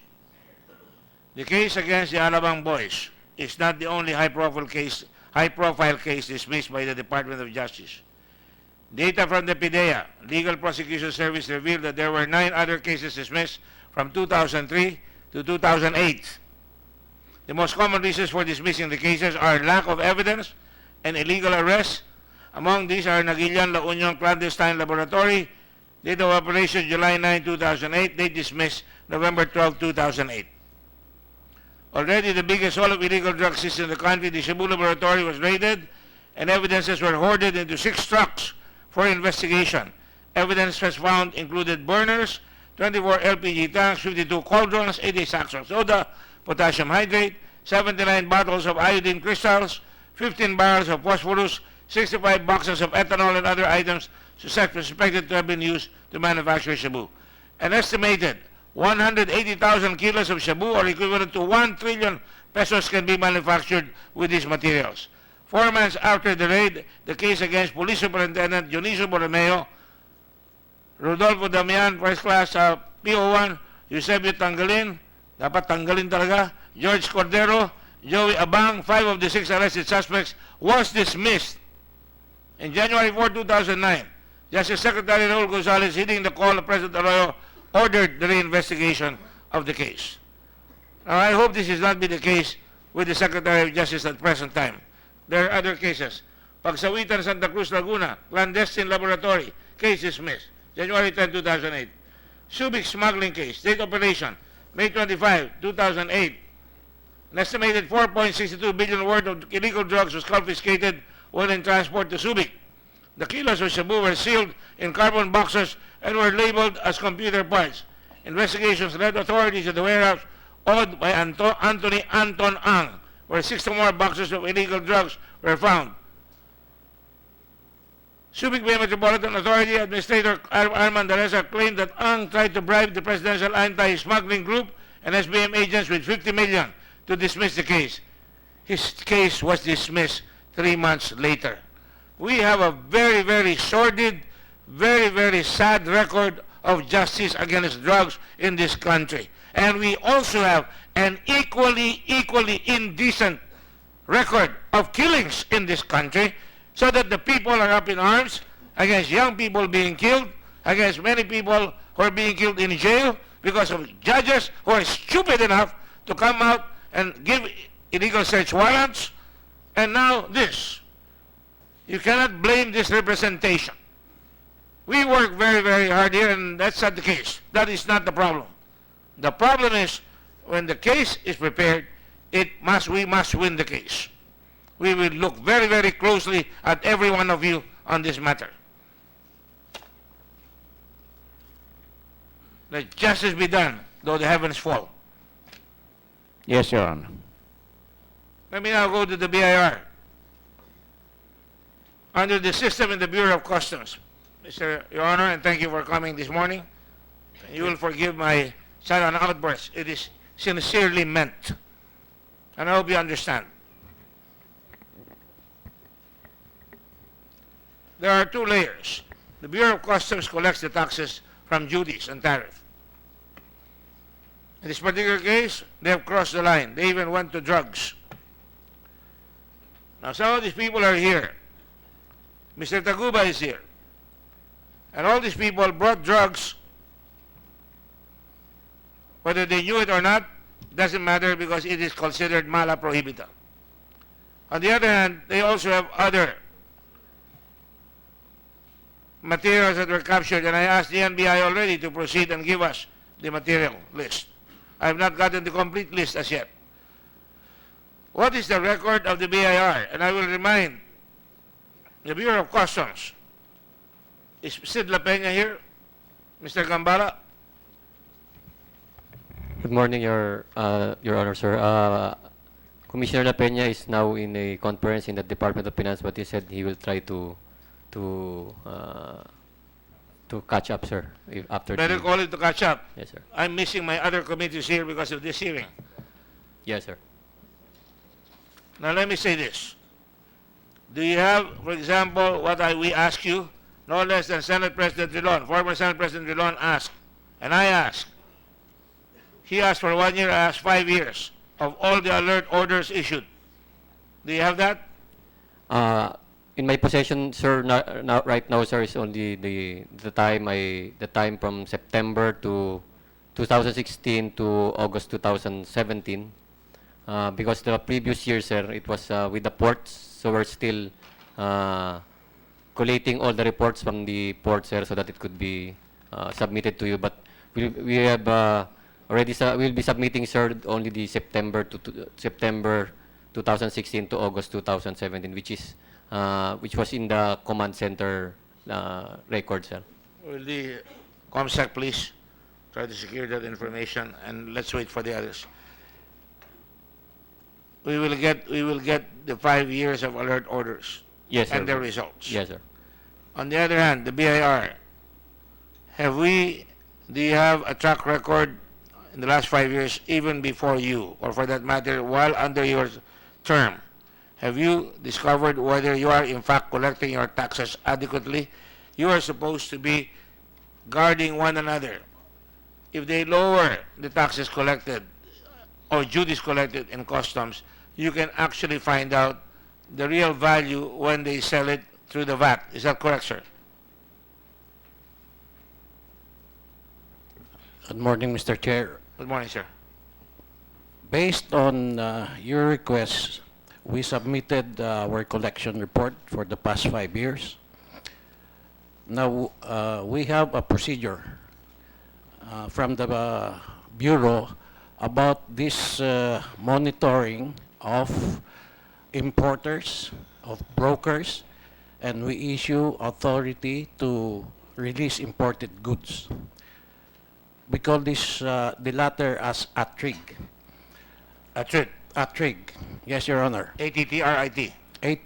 ATRIG. Importers. In an attempt, I understand, to identify them and to monitor smuggling. Yes, sir. After these importers' certificates are given, or the broker's certificate are given, then they go back to the Bureau of Customs. That's where their importation and all their documents are processed.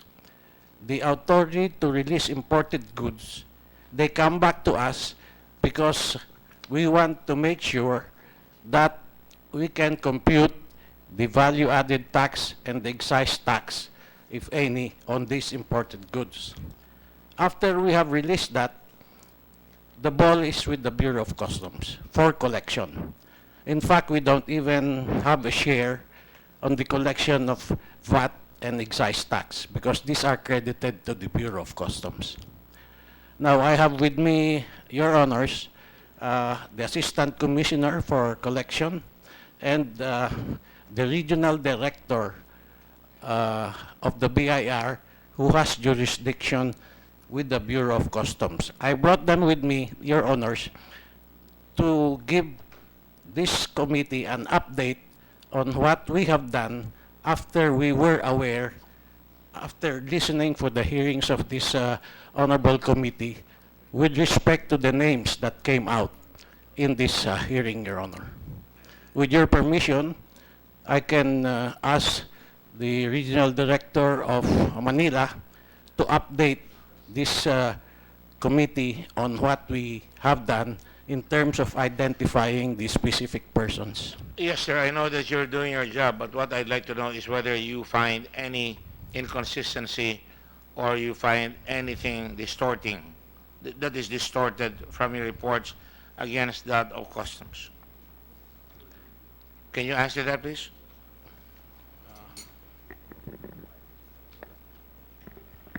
Your Honor, I am Alfredo Misahon of the Collection Service of the Bureau of Internal Revenue. You have taken your oath. Not yet, Your Honor. Please stand up. State your name and position. I am Alfredo Misahon. Can you talk to the microphone, please? I am Alfredo Misahon of the Bureau of Internal Revenue. Alfredo Misahon. OIC Assistant Commissioner. Do you swear or affirm to tell the truth, the whole truth, and nothing but the truth in this proceeding? I do, Your Honor. What is your position again? OIC Assistant Commissioner for the Collection Service. Collection Service. And you're based in Manila. Sorry, sir. You're based in Manila, sir. I'm based in the National Office of the And you monitor. Please sit down. And you thank you. And you monitor all these things that have been going on here.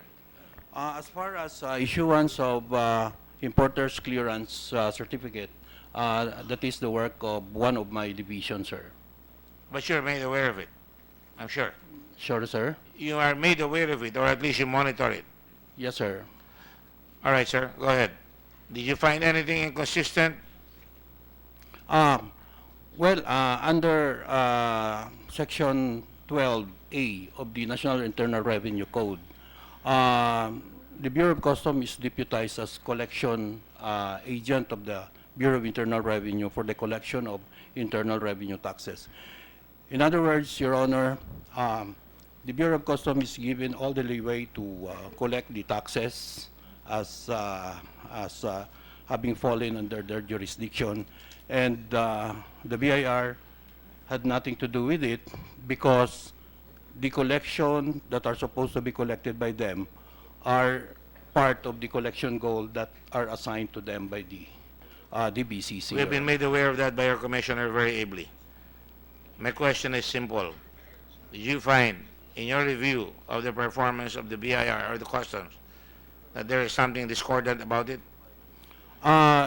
Your Honor, I'm not. Well, let me privy- be precise then. I think you're going to say, if I'm not trying to cut you off, but I don't think you're getting the drift of my question. For an example, you're supposed to review somebody who's going to apply for a clearance to import, right? Is that correct? Yes, sir. Yes, Your Honor. Especially those that get into the green lane I'm not aware of it, Your or Honor. the red lane I'm not aware or of the it. yellow lane. I'm not What are you aware. aware of then? What are you only assigned to check? Our tax clearance section, Your Honor, is only only receives application for tax clearance or Did you give a importer's tax clearance, therefore, to Ms. Tatad? So that no, Your Honor, I'm not aware of that, Your Honor. Are you familiar with Ms. Tatad? I'm not, Your Honor. Ms. Tatad is a sole proprietor, and she was able to get clearance from customs to import a lot of stuff, a lot of containers, and including the drugs that were brought in.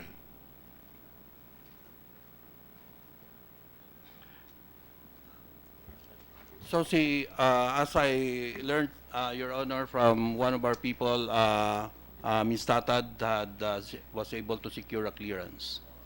And who was that who issued the clearance? It's the Office of the Accounts Receivable Monitoring Division, or ARMD. Mr. Christian Commissioner, I Castillo. don't think I'm going to be able to get much from your witness here. I just want to know, if your office here, one of your offices are assigned, nasiya sa atin kung ito mga mag-i-import ay may kakayahan at nagbabayad ng sapat na buwisan para mapayagan makapag-import, eh dapat alam nila na ito si Ms. Tatad ay nagre-review for school teacher.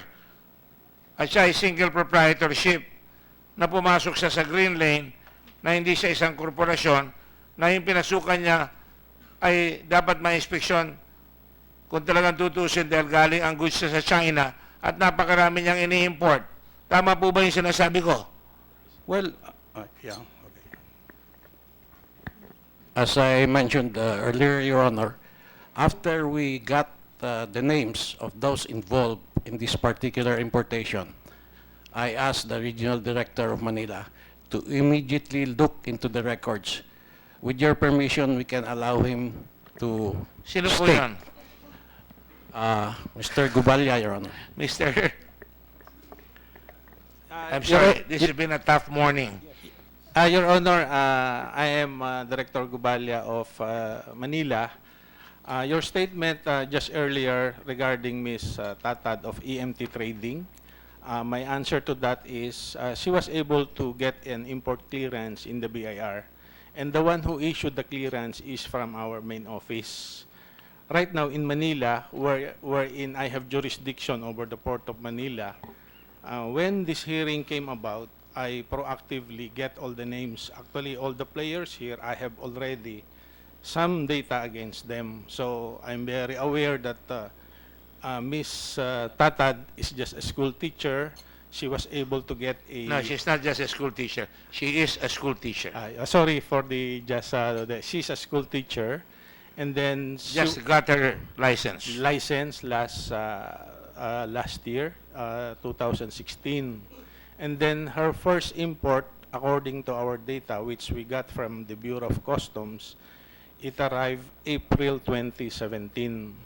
She imported general merchandise, assorted textiles and everything. In the amount of? 195 million. 195 million. And did that send off bells and whistles? Di ba nakakagulat yun? Sabi mo nga, school teacher siya. Pero sir, single proprietorship, 195 million ang ini-import niya. Your Honor, we just came to know about this. Sa Bureau of Customs lang din namin kinuha yung data. Kasi ang nasa data po lang namin is siya ay na-issuehan lang ng to import. Hindi ba chinecheck yan, Mr. Gambala? Paano siya mapupunta sa green lane kung gano'ng kalaki ang ini-import niya? 195 million. Una pa lang yun. First importation, 195 million.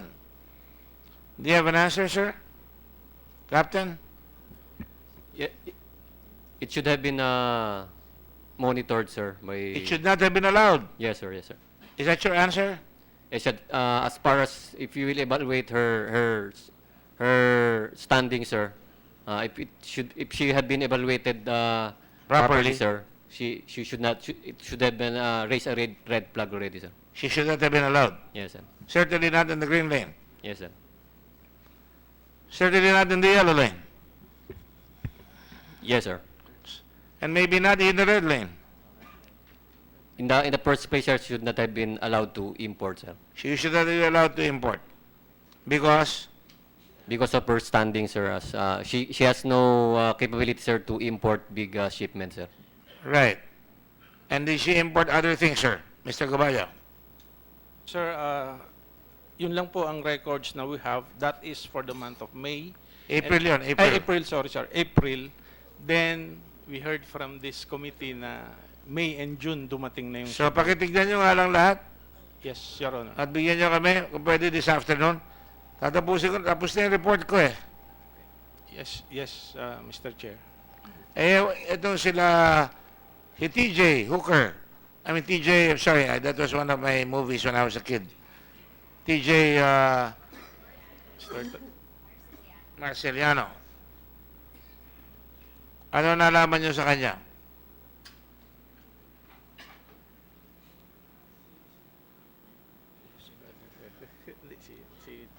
Sir, are you asking about TJ? Yes.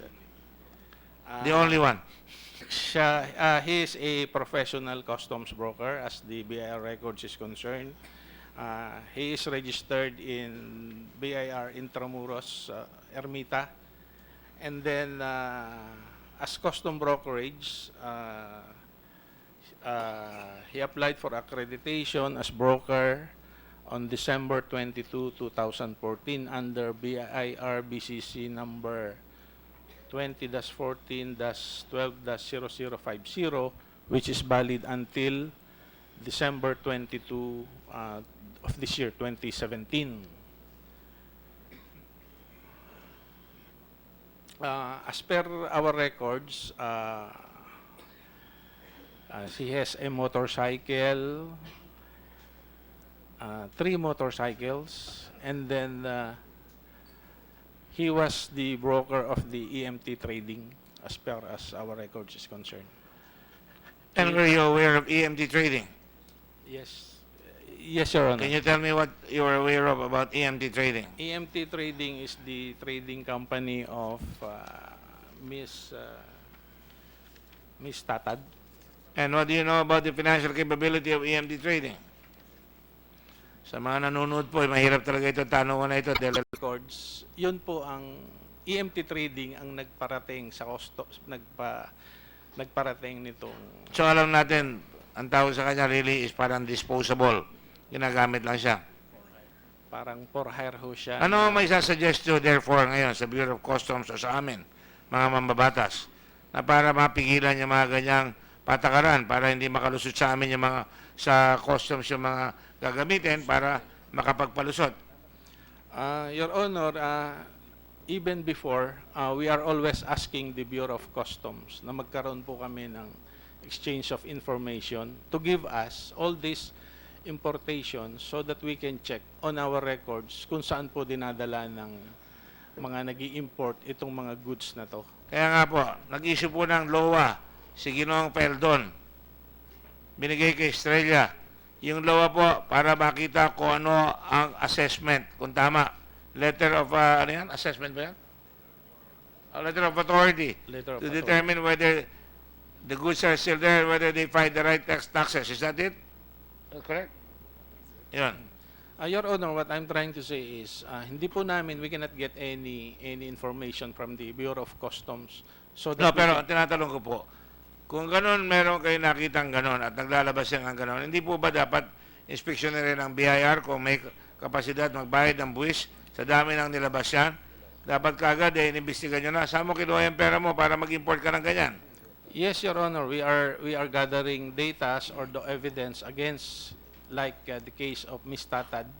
We are now forming, collating all these data. Kay Mr. Taguba, Meron na rin po kay Mr. meron kayong Taguba. ginagawa. Yes. I will not go into that anymore because kailang we will just expect what you're supposed to be doing. Yes. Is correct.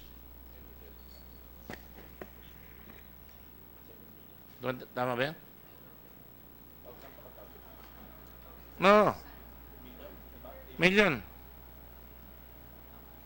Andito si Mr. Taguba, Mr. Chairman. Do you confirm 27 million yung payout? Yung payoff mo?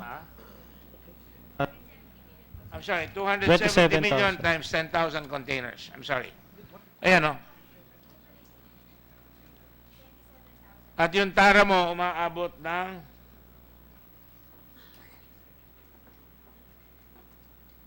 27,000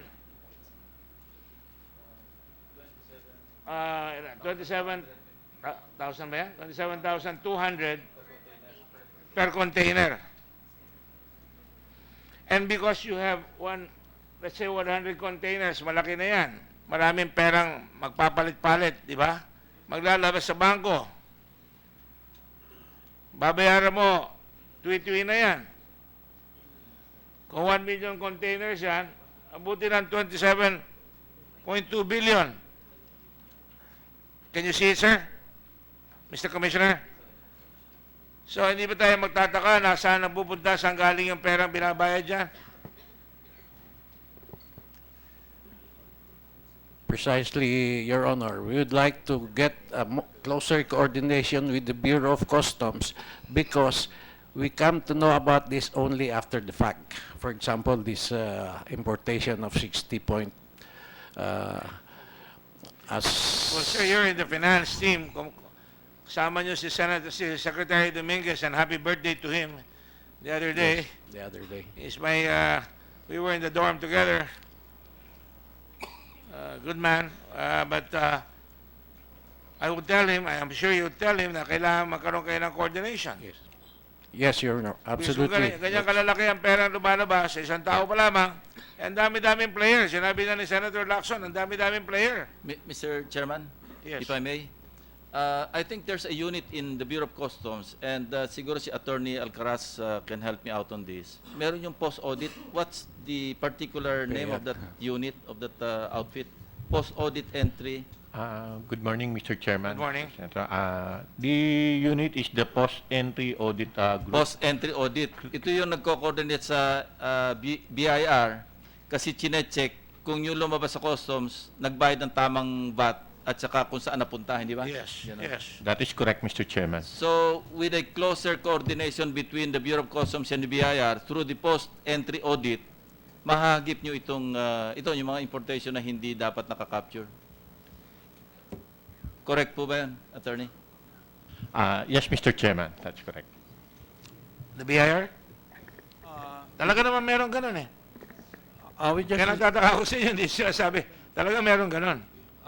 we get information from them through exchange of information with that office, and we are processing this for future enforcement din ng BIR. DEPCOM Gambala, who is in charge of the post-entry audit now? Actually, sir, it was already transferred to the Department of Finance, I think 2 years ago, sir. So it was taken away from the Bureau of The Customs, BOC. sir. 2 years ago. Yes, if I'm not mistaken, sir. I think it was during the time of Secretary Purisima, sir, I think. Secretary Yes. Purisima. I understand, before si Attorney Ligon yung in charge ng Yes, post-entry audit hindi ba? So after Attorney Ligon, wala nang pumalit sa kanya sa Bureau of Customs? No more, sir, because it was already transferred at BOF, sir. Ay. Would you say, and I'll ask this question of Senator Ping, as well as you, na napaka-powerful ng taong yon? Yes, sir. Actually, sir, in the new law, the CMTA, it was stated therein that the post-entry audit should be under the Bureau of Customs, sir. Dahil malalaman niya talaga kung magkano ang perang... Yes, sir. So dapat... especially those who are not did not undergone inspection, sir. Yes, sir. Okay, we will take note of that. I believe we have Attorney Nage. Somebody gave me a note here. Is Attorney Nage here? Sino ba yan ito? Sino?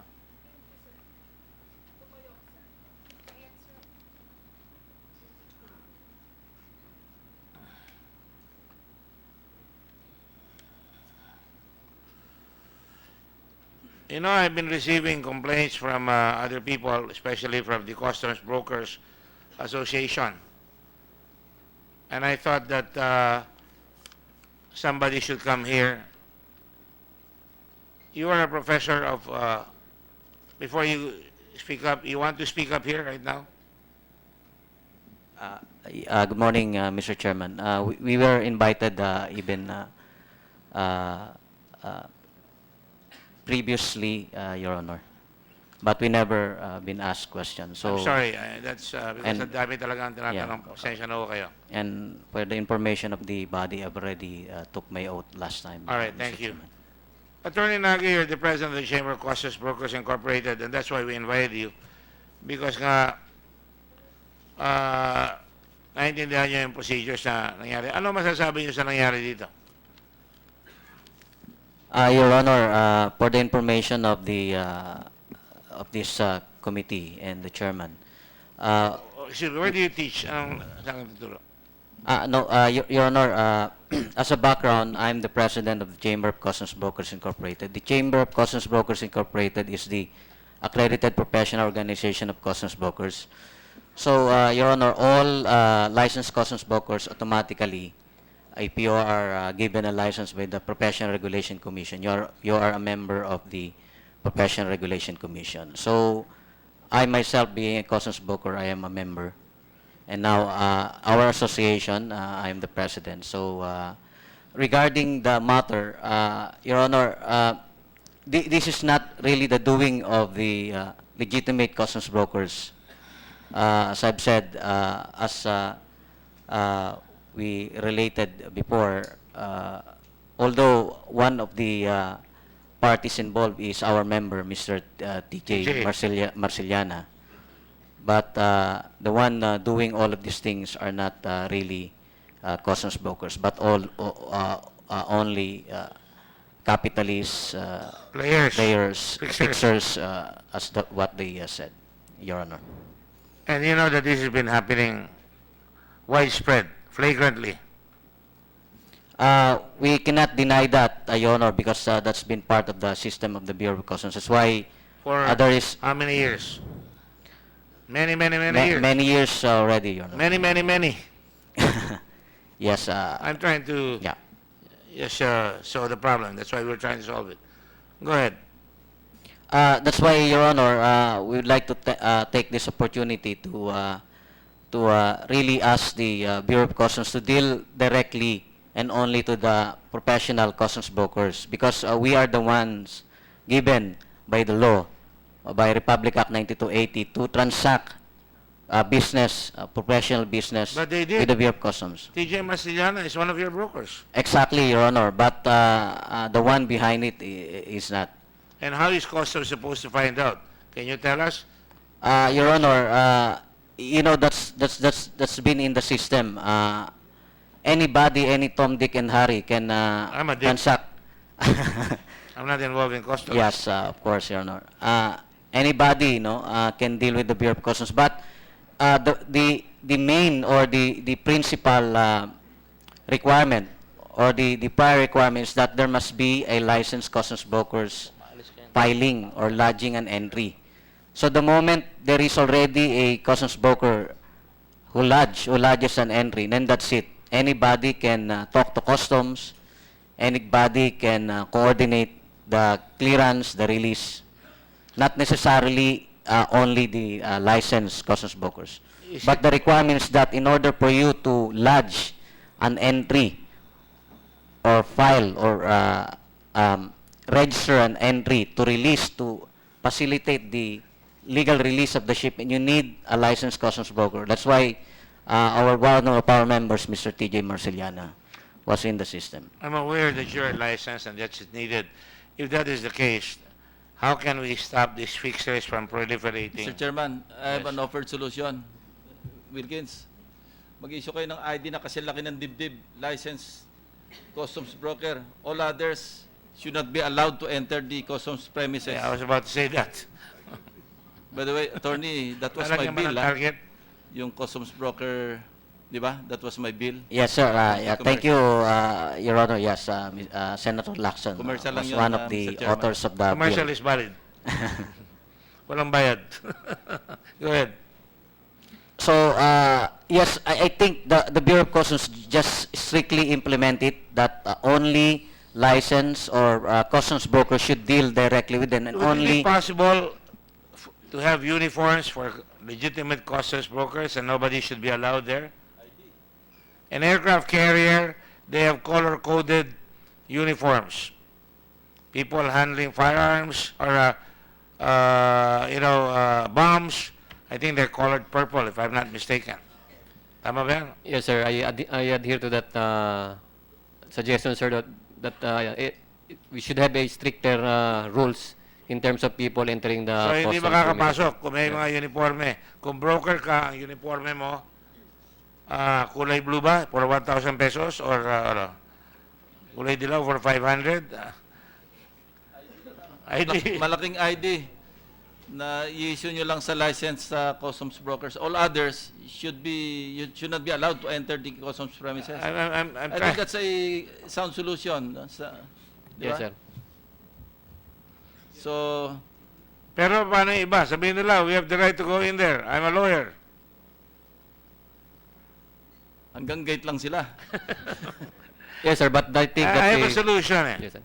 Dapat meron kayong gate for those who have complaints in any office. I did that in Olongapo for SBMA. Pag may complaint ka, hindi ka pwedeng pumasok doon sa assessor, hindi ka pwedeng pumasok doon sa kakausapin mo para mag-cash sunduan. Meron lang, public relations officer doon, I have a complaint, fill up your complaint, lalakad yung papel, mag-isa, hindi kailangan lagyan ng pampadulas. Pwede kaya yon, Mr. Gambara? Yes, sir. There's a separate booth for everybody who wants to deal with customs. Hindi pa papasukin.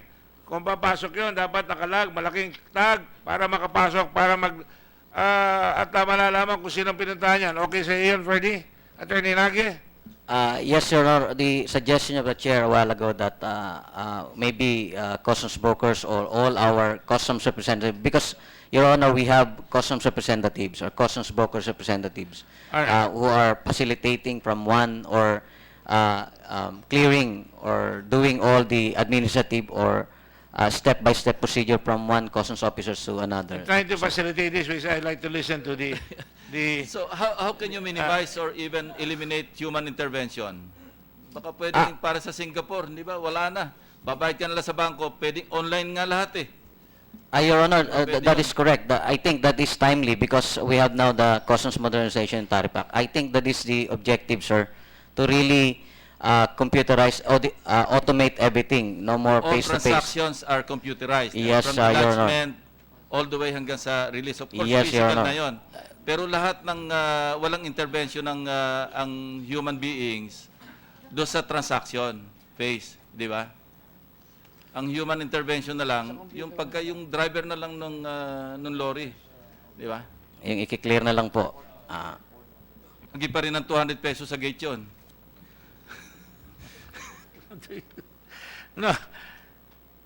Araw sa Subic eh. Meron magnanakaw sa Subic lahat na. Di pa dumarating yung kargamento ng Amerikano na nanakaw niya na eh. Nililipat nila eh. Sabi niya habang tao anahan dyan, pag aso na, hindi ko na mababayaran yun. Pero pag tao, kaya kong kausapin. Is that the problem?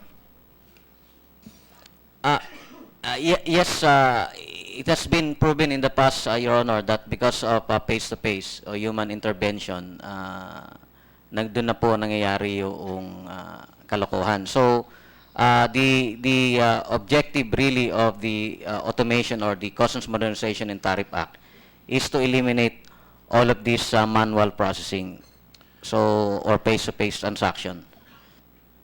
All right, just a moment. I just want to be cordial and courteous to our people, our guests here. Secretary Aguirre, unless you have any more questions with Secretary Aguirre, you may go, sir.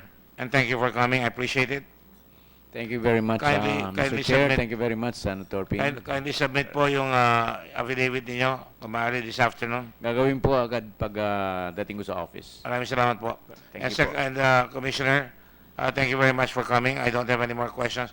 I just want to ask you to submit your suggestions to us on how you can better raise the taxation and capability, because kawawa naman yung tao, kayo rin naman niningil eh. Magdadagdag kami ng buwis, pero kung makukuha natin sa customs at saka sa VAT dyan, malaking bagay, hindi ba? Yes, Your Honor, thank you. And I got the calling card of Mr. Attorney Inage. I'd like to sit down with him, especially on the matter of broker's certification, so that we can coordinate how to improve. Sandali lang ba?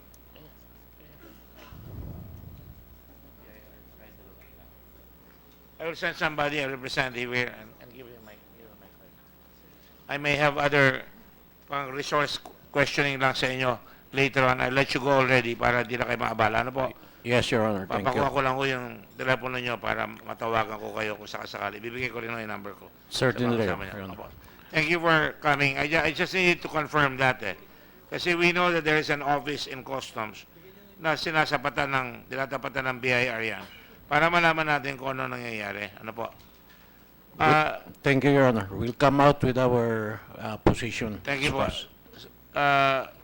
With the request also to the Department of Justice, pakibilisan nyo lang.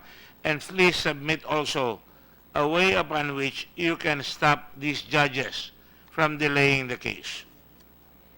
Dapat yung law isundin in 2472-24.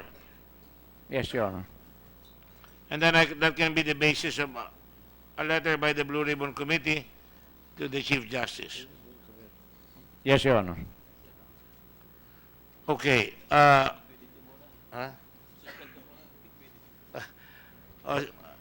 There is a request because we have liquidity problems. I will also have to go where Senator Lacson is going, not because he's my type. Permission to leave, Your Honor. Please go ahead. Thank you. Attorney Nagi, mamaya ako na kayo tatapusin, ano? Please stay put lang, sandali lang kami. Ano po? Session is suspended for a few minutes.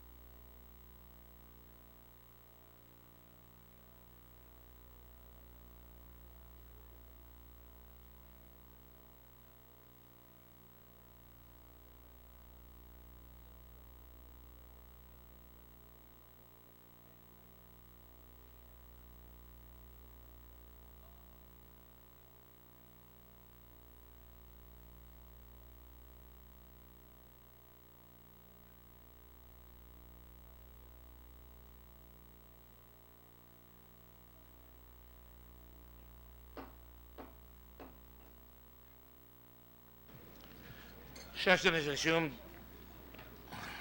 Can I have the report, Mr. Kwan? Yung mga protocols. I quite agree with Senator Lacson when he said that in Singapore, they are perfect practically. And just to give you an idea, Shanghai has 36.5 million containers. Singapore has 30.92 million containers. And Shenzhen has 24.20 million containers.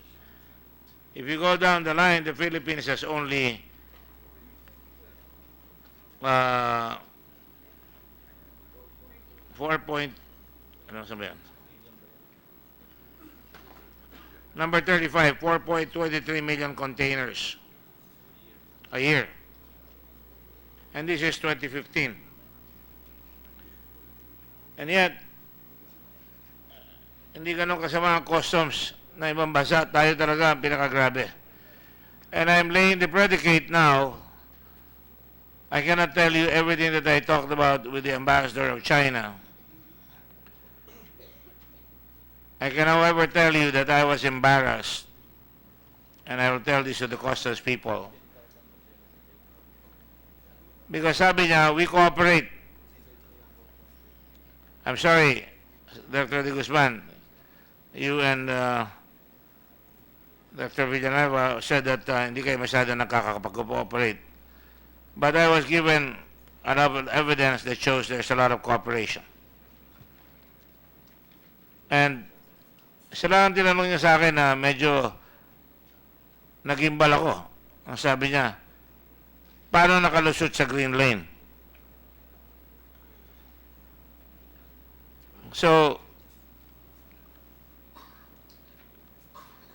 sinabi ko rin yung nagbigay sila ng ebidensya sa atin, pero sabi niya walang Pilipino. Sabi ko may Pilipino sa Chile at meron pang iba. But anyway, I can go on and on, but I don't want to on that. But I found out that there was a protocol that was signed as early as 2000 and October 30 October 2001. That's the MOU between Narcotics Control Bureau of the Ministry of Public Security of the People's Republic of China, bigyan nyo nga Senator Lacson, and Philippine Drug Enforcement Agency of the Republic of the Philippines. That's PDEA. You're aware of that, PDEA? Your Honor, can I refer you to our Director of Yes, Your Honor. You should say you're aware. You're the Yes, head. yes, Your Honor. I'm My sorry. gosh, I was about to... Yes, Your Honor. You should know that 2017 pa ito na ngayon. That was 17 years ago. And there are protocols. For an example, I will ask you, under paragraph 1, scope of cooperation, subject to existing and applicable treaties and each participant's domestic laws, the participants will cooperate on the following fields for effective suppression and control of drug crimes. Number 1, exchange of information and data on drug crimes, which shall include but not limited to the following. Each participant will provide to the other an updated list of drug suspects or citizens of others participants with complete profile if possible. Do you get that or do you do that? We do that, Your Honor. How come you did not tell us before, Andel? During the bilateral meetings, Your Honor, we give them, particularly when we have international conventions, Your Honor, we do bilateral But you have regular meetings. meetings here. Yes, Your Honor. And how come hindi nyo nasabi yan doon sa yung mga nahuli nyo na Taiwanese na may pangalan, yung nahuli natin dito sa binililitis na kaso ngayon? Nasabi ba yan? No, Your Honor. We have been meeting with our Chinese counterparts, Your Honor, when we have convention. But you will forgive me because I ask you and I don't want to have to call to the TSN.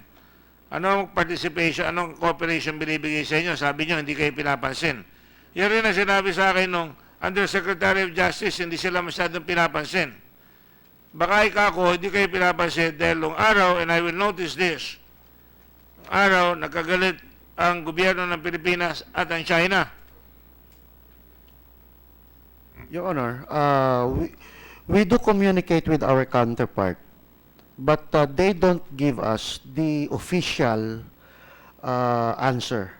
We do it on like Viber with other No, I communications, Your think you Honor. should do it not by Viber, but by official. That's why, Your Honor, we cannot tell you the official response of our counterpart because it's not official, Your Honor. And that's why we are telling you that we are waiting for their official answer, Your Honor. This is official. Yes, Your Honor. It's an But official on this particular case, Your Honor, we don't have the official answer to our inquiries, Your Honor. Yun dito. Yes, Your Honor. Pero, But we are cooperating with them, particularly on the big. I have it on the highest authority now that if you ask them, they'll give it to you. I was assured that. Yes, Your Honor. But on this particular case, Your Honor, No, on this particular case, yes, Your Honor. We will be I am telling following it up, Your Honor. I'm telling you. And Yes, Your Honor. in fact, we develop a very good relationship with each other.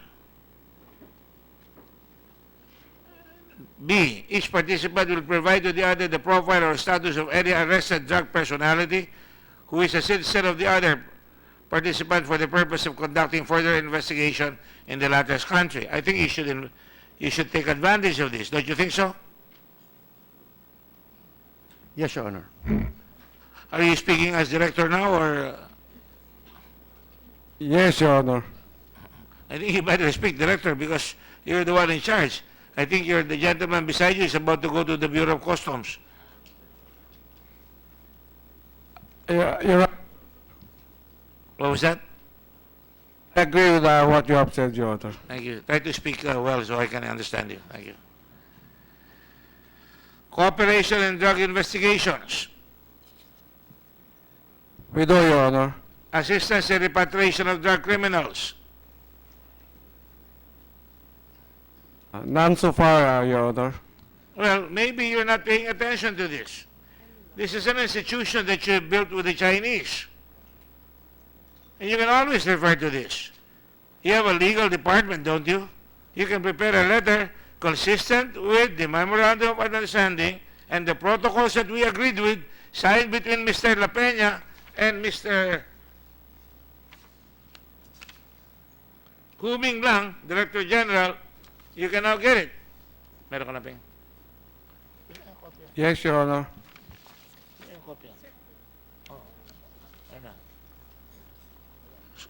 So I'm making you aware of this.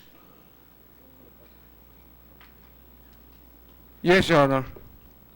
Ang Senado po, hindi po kami uupo dito at tatanggapin namin ang lahat ng kabuktutan, lahat ng katamaran at lahat ng hindi ginagawa ng gobyerno, including judges, including PIDEA, including NBI, including Bureau of Customs. Kaya kami lumalabas dito. Ano po? Yes, Your Honor. Kaya gawin nyo rin po yan. Ano po? We will do that, Your Honor. Ang sasagutin nyo lang dito, opo, gayon, gagawin na po namin kung hindi nyo pa nagagawa. Opo. Yes, Your Honor. Thank you. Mode of cooperation. The participants will cooperate with each other para malaman ng publiko ito. Under the protocol and designate working level focal points and determine specific measures for cooperation by frequent consultation. Paragraph 3, whether dito yung sinasabi natin. Meeting. The participants will hold when practicable annual meetings or whenever necessary. Take note, or whenever necessary. In any case, specifics such as the date, venue, attendees, and agenda of the meeting shall be determined by the participants with prior consultation. Yes, Your Honor. Thank you. Exchange of experience. Participants may send their narcotics investigators to the other participants for training or research. Specifics such as the training date, location, trainees and training or research subject will be determined by the participants with prior consultations. We do that, Honor. Your Honor, in fact, by October 14 to 28, I'm aware of that. You're going to have a big exercise. Training. yes, Your Honor. We do our homework, Yes, Your Honor. Each participant will bear the participant's own expenses. Yun ang masakit. May pera naman kayo siguro, no? Huwag kayo magpapapadala doon, huwag kayo magpapahingi ng pera sa kanila. Will bear the participants' own expenses for cooperation in investigation, regular meetings, or trainings, unless any other arrangements are agreed upon within the participants and consultation. So you should ask that in your budget.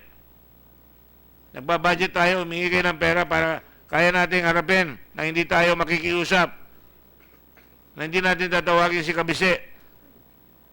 Alright? We will do that, Your Honor. Thank you. Paragraph 6, confidentiality. Hindi ko na sabihin yan. Bigyan kita ng kopya. May kopya ka ba nito? We have, Your Honor. Oh, nasaan? Saan? The copy is with the Director for Legal and You're Prosecution like Service. Perdona. You have a lawyer on the side, a lady lawyer who wishes to you. Ha? The cellphone. Oh, andyan naman pala lahat eh. Oh. Ngayon mo lang ba nakita yan? Ngayon lang ano, magsabi ka totoo. Yes, Your Honor. Oh, thank you. At least you're honest. Para wala na lusutan sa susunod. NBI, take note. Ha? Refusal of request. Ayan, refusal of request, oh. Pag tinanggi, a participant may refuse a request from the other participant in its entity or in any part if the execution of the request may jeopardize the sovereignty, security, or public interest of its respective state, in which case a notice of refusal stating its reason will be promptly provided to the requesting participant. Pwede kang humindi, pwede silang humindi kung national interest or may public interest na involved. Ha? At saka sovereignty. Kaya pag pinag-usapan nyo yung sprat list, medyo tawagin nyo kami ng konti dyan. Huwag si Trillanes. I'm sorry, hindi pala. Dahil sabi, hindi raw issue is Scarborough Shoals. Biro lang yan, ha? Biro lang. I have to smile a bit. Any dispute arising from the interpretation, application, or implementation of this protocol will be settled amicably by consultations or negotiations within the participants through diplomatic channels. Effectivity, this protocol will come into effect on the date of its signature. The protocol will be effective for 5 years and will be renewed for similar periods unless one participant officially notifies the other participant through diplomatic channels of its intention to suspend or terminate this protocol. In such a case, the protocol will remain valid until 60 days after the date on which one participant receives an official notification from other participant expressing the desire of this latter to suspend or terminate the validity of this protocol. Now, to your knowledge, and I'll talk to Mr. Villanueva, Wendell, did you ever use this protocol at any time? Yes, Your Honor. Oo naman. Sir, our Director General has signed that document, and he was always telling us that we have the protocol. And my question is, have you used it in writing? We wrote them, Your Honor, we formally wrote them, Your Honor. I will take your word for it. Yes, Your Honor. We formally If you don't wrote want me to them. take your word for it, I will ask you to give me the letters that you've sent. Yes, Your Honor. Okay. We will be, Your Honor. That's right. If you don't want me to take your word for it, You can take my word, Your Honor. okay. Masyado na seryoso. Sabi ko lang eh. All right yun, sir. All right yun, Your Honor. Thank you. Thank you. All right. Termination of this protocol will not affect the implementation of any ongoing activities or projects unless both participants wish to decide otherwise. Signed in Beijing, October 20, 2016, with original copies each in English and in Chinese. Languages for both texts.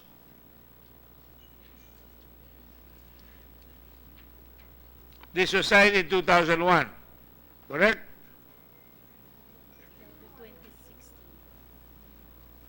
We have the renewal na 2016, Your Honor. No, the MOU was signed in 2001. This protocol was signed in 2016. Yes, Your Honor. Do you have a copy of that? Signed. Signed.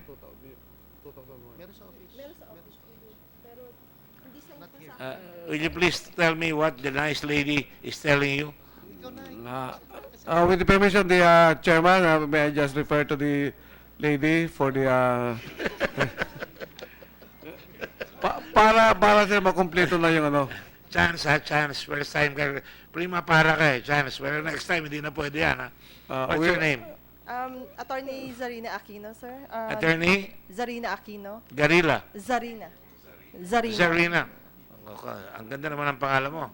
Zarina. Okay, raise your right hand, please. Do you swear or affirm to tell the truth, the whole truth, and nothing but the truth in these proceedings? I do, Your Honor. I do, Your Honor. Yes, okay, thank you. All right. So you have a copy of this signed? I have in our office, Your Honor. We didn't bring it today, but I have a copy here in my phone, Your Honor. Not signed, Your Honor. Okay, that's right, all right. I'm glad that you're efficient enough to put it on your sign. Do you go with your director, OIC all the time? General Fajardo? I'm the Deputy Director General of Admin, Your Honor. But you're the OIC right now, right? No, we now have our Director General. So sino ba? Si Sid Lapenya pa rin? No, Your Honor, Director General Aaron Aquino. Aaron Aquino? Yes, Your Honor. And the Sarina is also an Aquino? Yes. Are you related? Okay, thank you. How come he doesn't appear here? You know, we abolished the road board yesterday because for failure of the head to appear, and that is going to stay abolished. Your Honor, this is the third meeting that we've not had him. He assumed September 12, and this morning as he had a MOU signing with the royal tie, Your Honor. Royal tie? Yes, Your Honor. All right, I will excuse that for the moment, but next time please attend. I will inform him, Your Honor. All right. I just wanted to show you that because we have other documents that I will just show my colleagues here.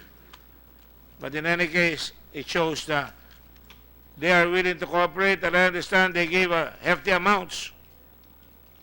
Are you aware of that? Billions of pesos were given to PIDEA and the armed forces, including vests, including equipment, testing equipment. Are you aware of that? No, Your Honor.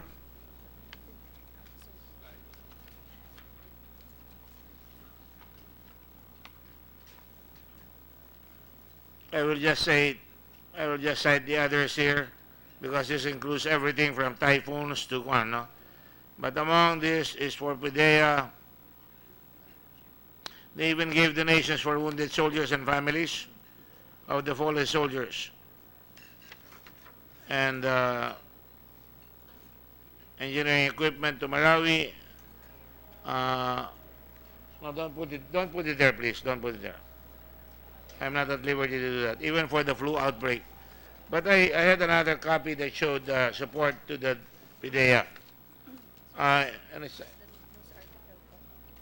ano article?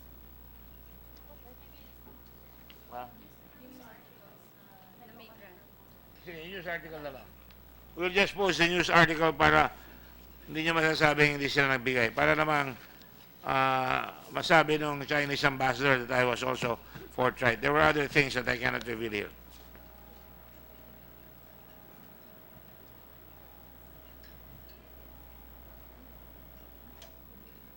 Well, it's there. Malagay dyan yung nag-sign kayo ng agreement. Alright? But I guess what was the other one I wanted to ask?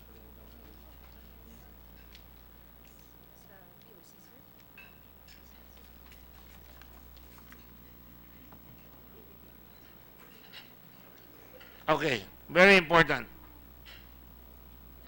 Bureau of Customs. There are many abandoned containers in customs. Is that correct?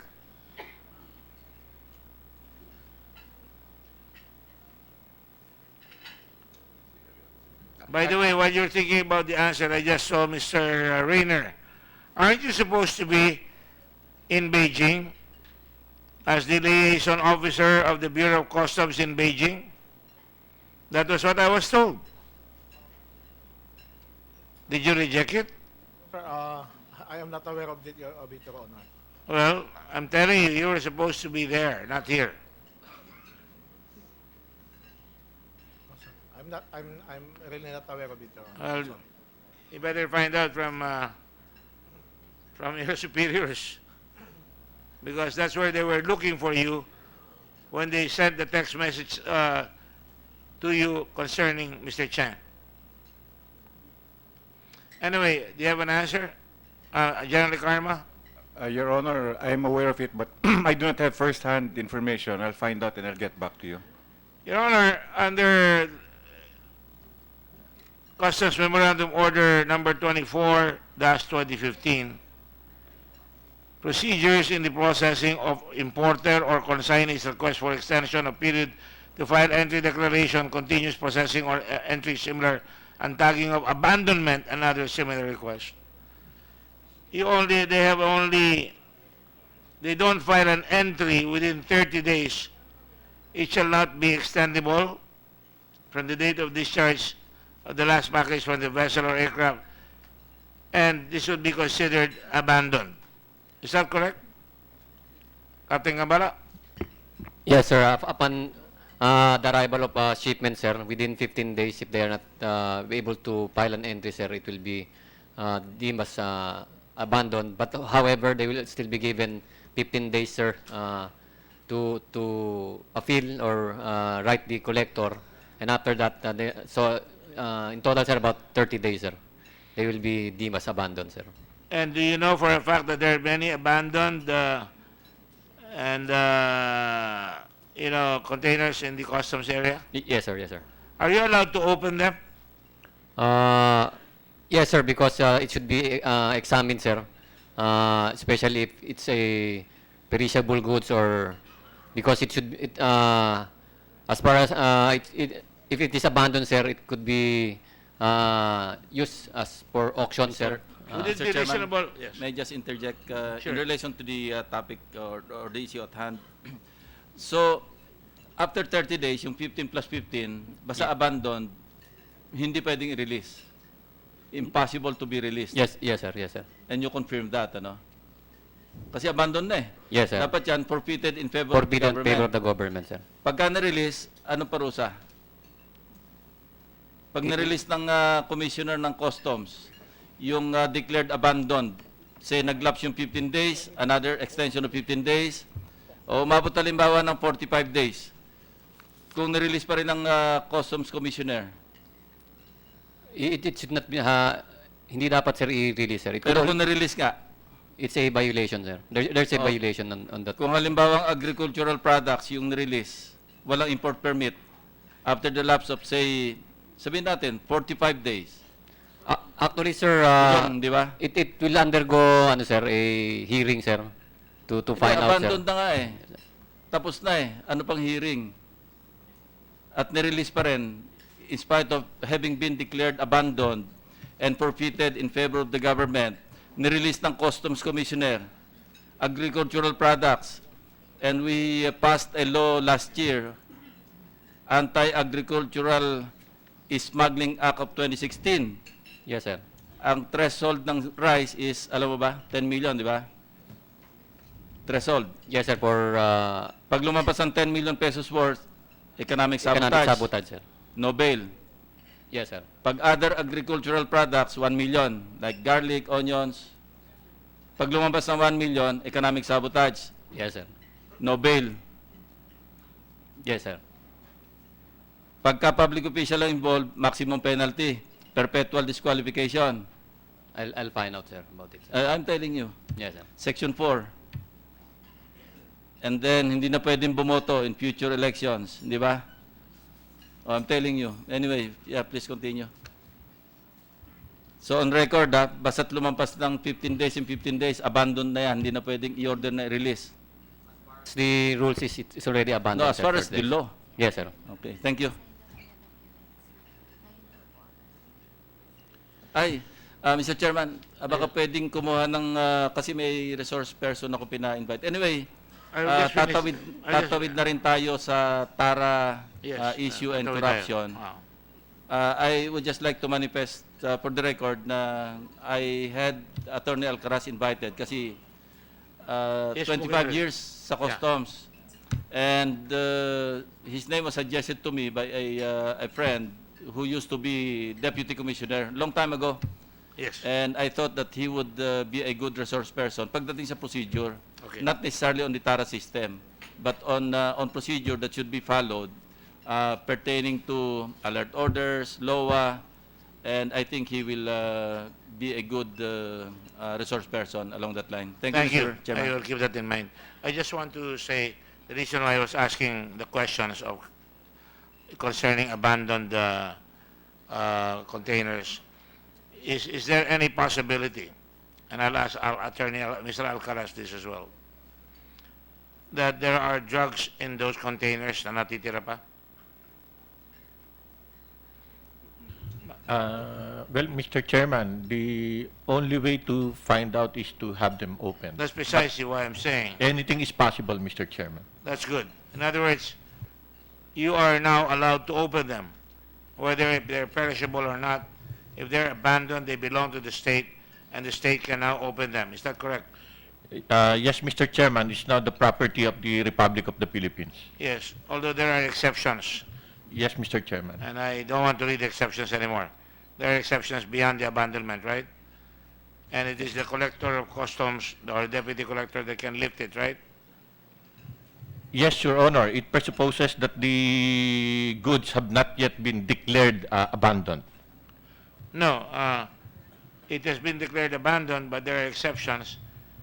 Under the preceding sections, the district collector of customs may, at the written request of the importer or consignee, within the period provided, they extend the time limit for goods declaration for reasons deemed valid, such as if the failure to file entry was due to fraud, accident, mistake, excusable negligence, or force majeure, right? That is right, Mr. Chairman. What I am saying is once the shipment has been declared abandoned, it's forfeited already in favor of the government, and it can never be released anymore unless the release was due to public auction or something like that. I must be reading these rules wrong then. Are you familiar with this? Yes, Mr. Chairman, What's but the- we're actually talking about two different things. What the law says is that if a shipment is declared impliedly abandoned, if after 15 days the importer failed to follow up with the release of the shipment through the reasons you have stated, fraud, mistake, or any other reason stated in the law, then the importer, by writing the district collector concerned, can request for the lifting of the abandonment, provided that the shipment has not yet been, in the meantime, finally declared abandoned and forfeited in favor of the government. It has to be within the I'm not going to period. debate with you, but I just got this now, and I'm trying to discern what you're trying to say, and I don't see the implied abandonment here.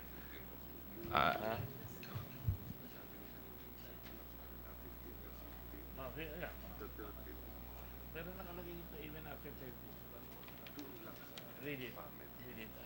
I will let him read it because I just want to be sure I have the law correctly.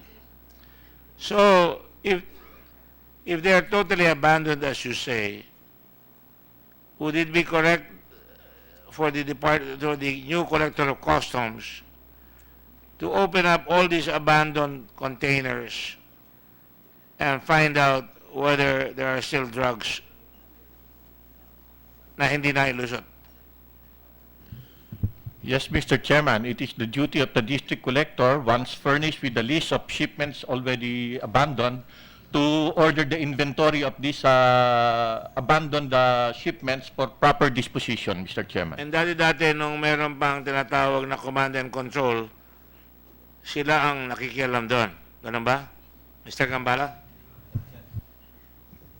No, sir, because it's the disposition Command of the, center. it is under the disposition of the port concern, sir, the collector, district collector, sir. They're the ones who should... But they still have to request your office to open it because sinentralize nyo eh. No, sir, actually no, sir.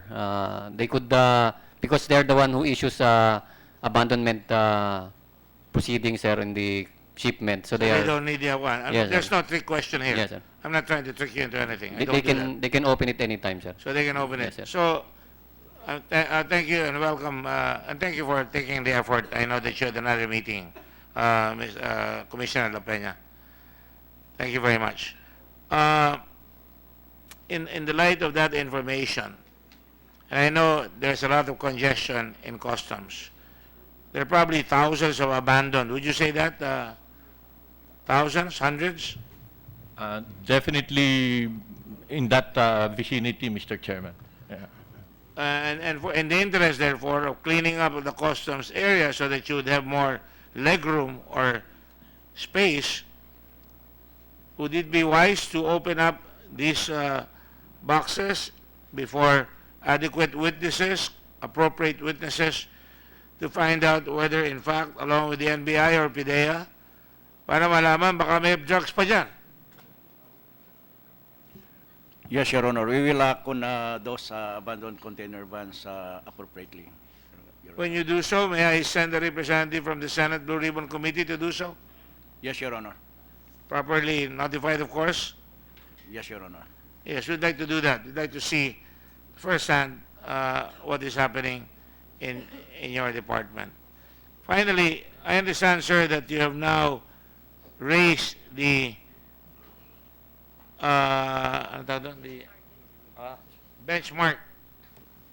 Do you agree with that policy of benchmarking? No, Your Honor. We did not. I did not mention of benchmarking when I assumed office, Your Honor. But what I mentioned is correct valuation, Your Honor. But because I was told that now, umaabot na ng 150 per container, hindi na 40. Yes, Your Honor. From 40, it went to 80, and then it went to 100, it went to 120, and about in that ratio, Your Honor. 120. And that is based on your information now. Yes, Your Honor. Not based on any order from you na nagbe-benchmark. Yes, sir. Well, what I found out, Your Honor, is there is still benchmarking, Your Honor. Meron pa rin? Yes, Your Honor. But I'm monitoring this. In fact, as I have emphasized to the collectors that it has to be correct valuation, Your Honor. If I remember correctly, when you have a benchmark of 120 or 150, you can collect about 680 billion pesos. That's right, Your Honor, if we go by correct valuation. 438 billion, kung ang benchmark yung 120. Very near your target of 480. If you benchmark it to 170, you will surpass your target. That's right. But we're Your not Honor. benchmarking. Yes, Your Honor. We That's just right. want to have actual valuation. Yes, Your Honor. Correct valuation, Your Honor. I hope you will succeed, and I want you to succeed, and we all want you to succeed. Yeah, thank you, Your Honor. Because you get all our support, because nahihirapan kami magtaas ng taxes sa tao kung mayroong ganyan eh. Kung yung benchmarking 40, lugin-lugin naman ang tao lang, sisigilin pa natin ang buwis na malaki dahil hindi natin makuha yung dapat makolekta sa customs. That's right, Your Honor. And I'm glad you're imbued with that. Yes, Your Honor. Thank you very much. Mr. Chairman, kay Commissioner La Peña, striking a balance between revenue collection and enforcement, yan ang pinaka-ticklish, di ba? Kasi pag hinigpitan mo, and mabuti nandito si Attorney Nage, mga customs, representing the customs brokers. Pag naghigpit sa customs, ang tendency, makiramdam yung mga brokers, hindi na muna magpaparating. Therefore, yung collection, or baka magsabotahe. Maybe I'm not referring to you, maybe I'm referring to the players. No. Kasi hindi naman kayo magsasabotahe dahil kailangan nyo rin talaga, may mga kliyente kayo. But, assuming na talaga mahigpit, and single lang yung standard, wala na yung tara, wala na yung mga padulas pagka sa mga dinadaan ng mga sections and everything. How do you foresee the collection? Based on experience and based on foresight? Your Honor, based on our experience, we legitimate customs brokers, whether we like it or not, even though the system is strict or not, we are following the law. We are filing an entry based on that. No. However, based on other kind of place in the Bureau of Customs, that's correct. Assuming the Bureau will strictly follow the law, players will not, will not send shipments to the Philippines. Okay, so eto, kasi may pinakitang datos kanina si Chairman, 4.3 million containers a year, Pilipinas. In other words, divided by 52 weeks, that's 81,346 containers a week, di ba?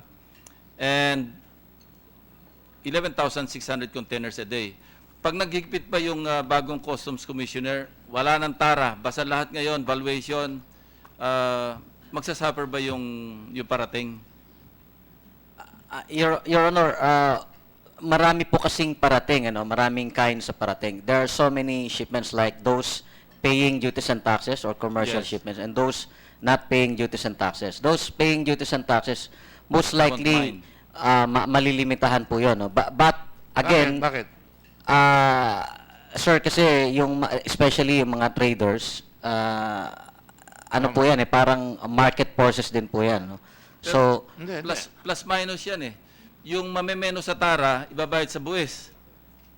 Makakatipid pa nga, hindi ba? yes, on that note, sir, that is correct.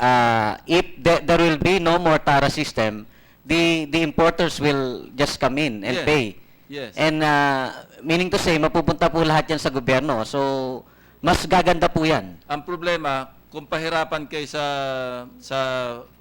flow ng papeles, dahil nawala yung tara, gagawa ng paraan yung taga-customs, diyan scrupulous ones, gagawa ng paraan, pahirapan kayo. So, demurahin nyo, tataas. So, we're looking for solutions here. Andito yung customs, andito yung Customs Brokers Association. Maybe we can find a solution na hindi mag-suffer yung collection kasi siyempre yun ang takot ng customs eh. Pero kung wala magsasabotahe within Customs Bureau, and bawal na lahat yung mga players, tulad sabi ko nga kanina, they should devise a method by which hindi na makapasok yung mga players, kundi mga customs brokers na lang and authorized representatives. Ang tanong ko lang is, kung ganun ba kahigpit, paano mababawasan yung importation? Your Honor, kung ganun po ang sistema, hindi po mababawasan yan. Kung talaga po wala ng tara system, wala na nang gigipit sa mga So importer. the ball is in the hands of customs. Kasi Correct. kung wala mang iipit doon at tuloy-tuloy yung papeles, hindi magsasuffer ang koleksyon. Exactly, Your Honor. So a lot has to do with enforcement. Yes, sir. Pa rin, di ba? Yes, sir. Sid, your comment?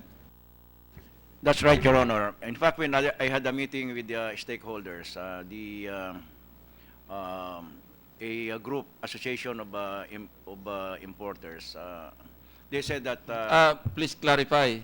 You met with the legitimate importers, not the players, yes, Your Honor, they are legitimate.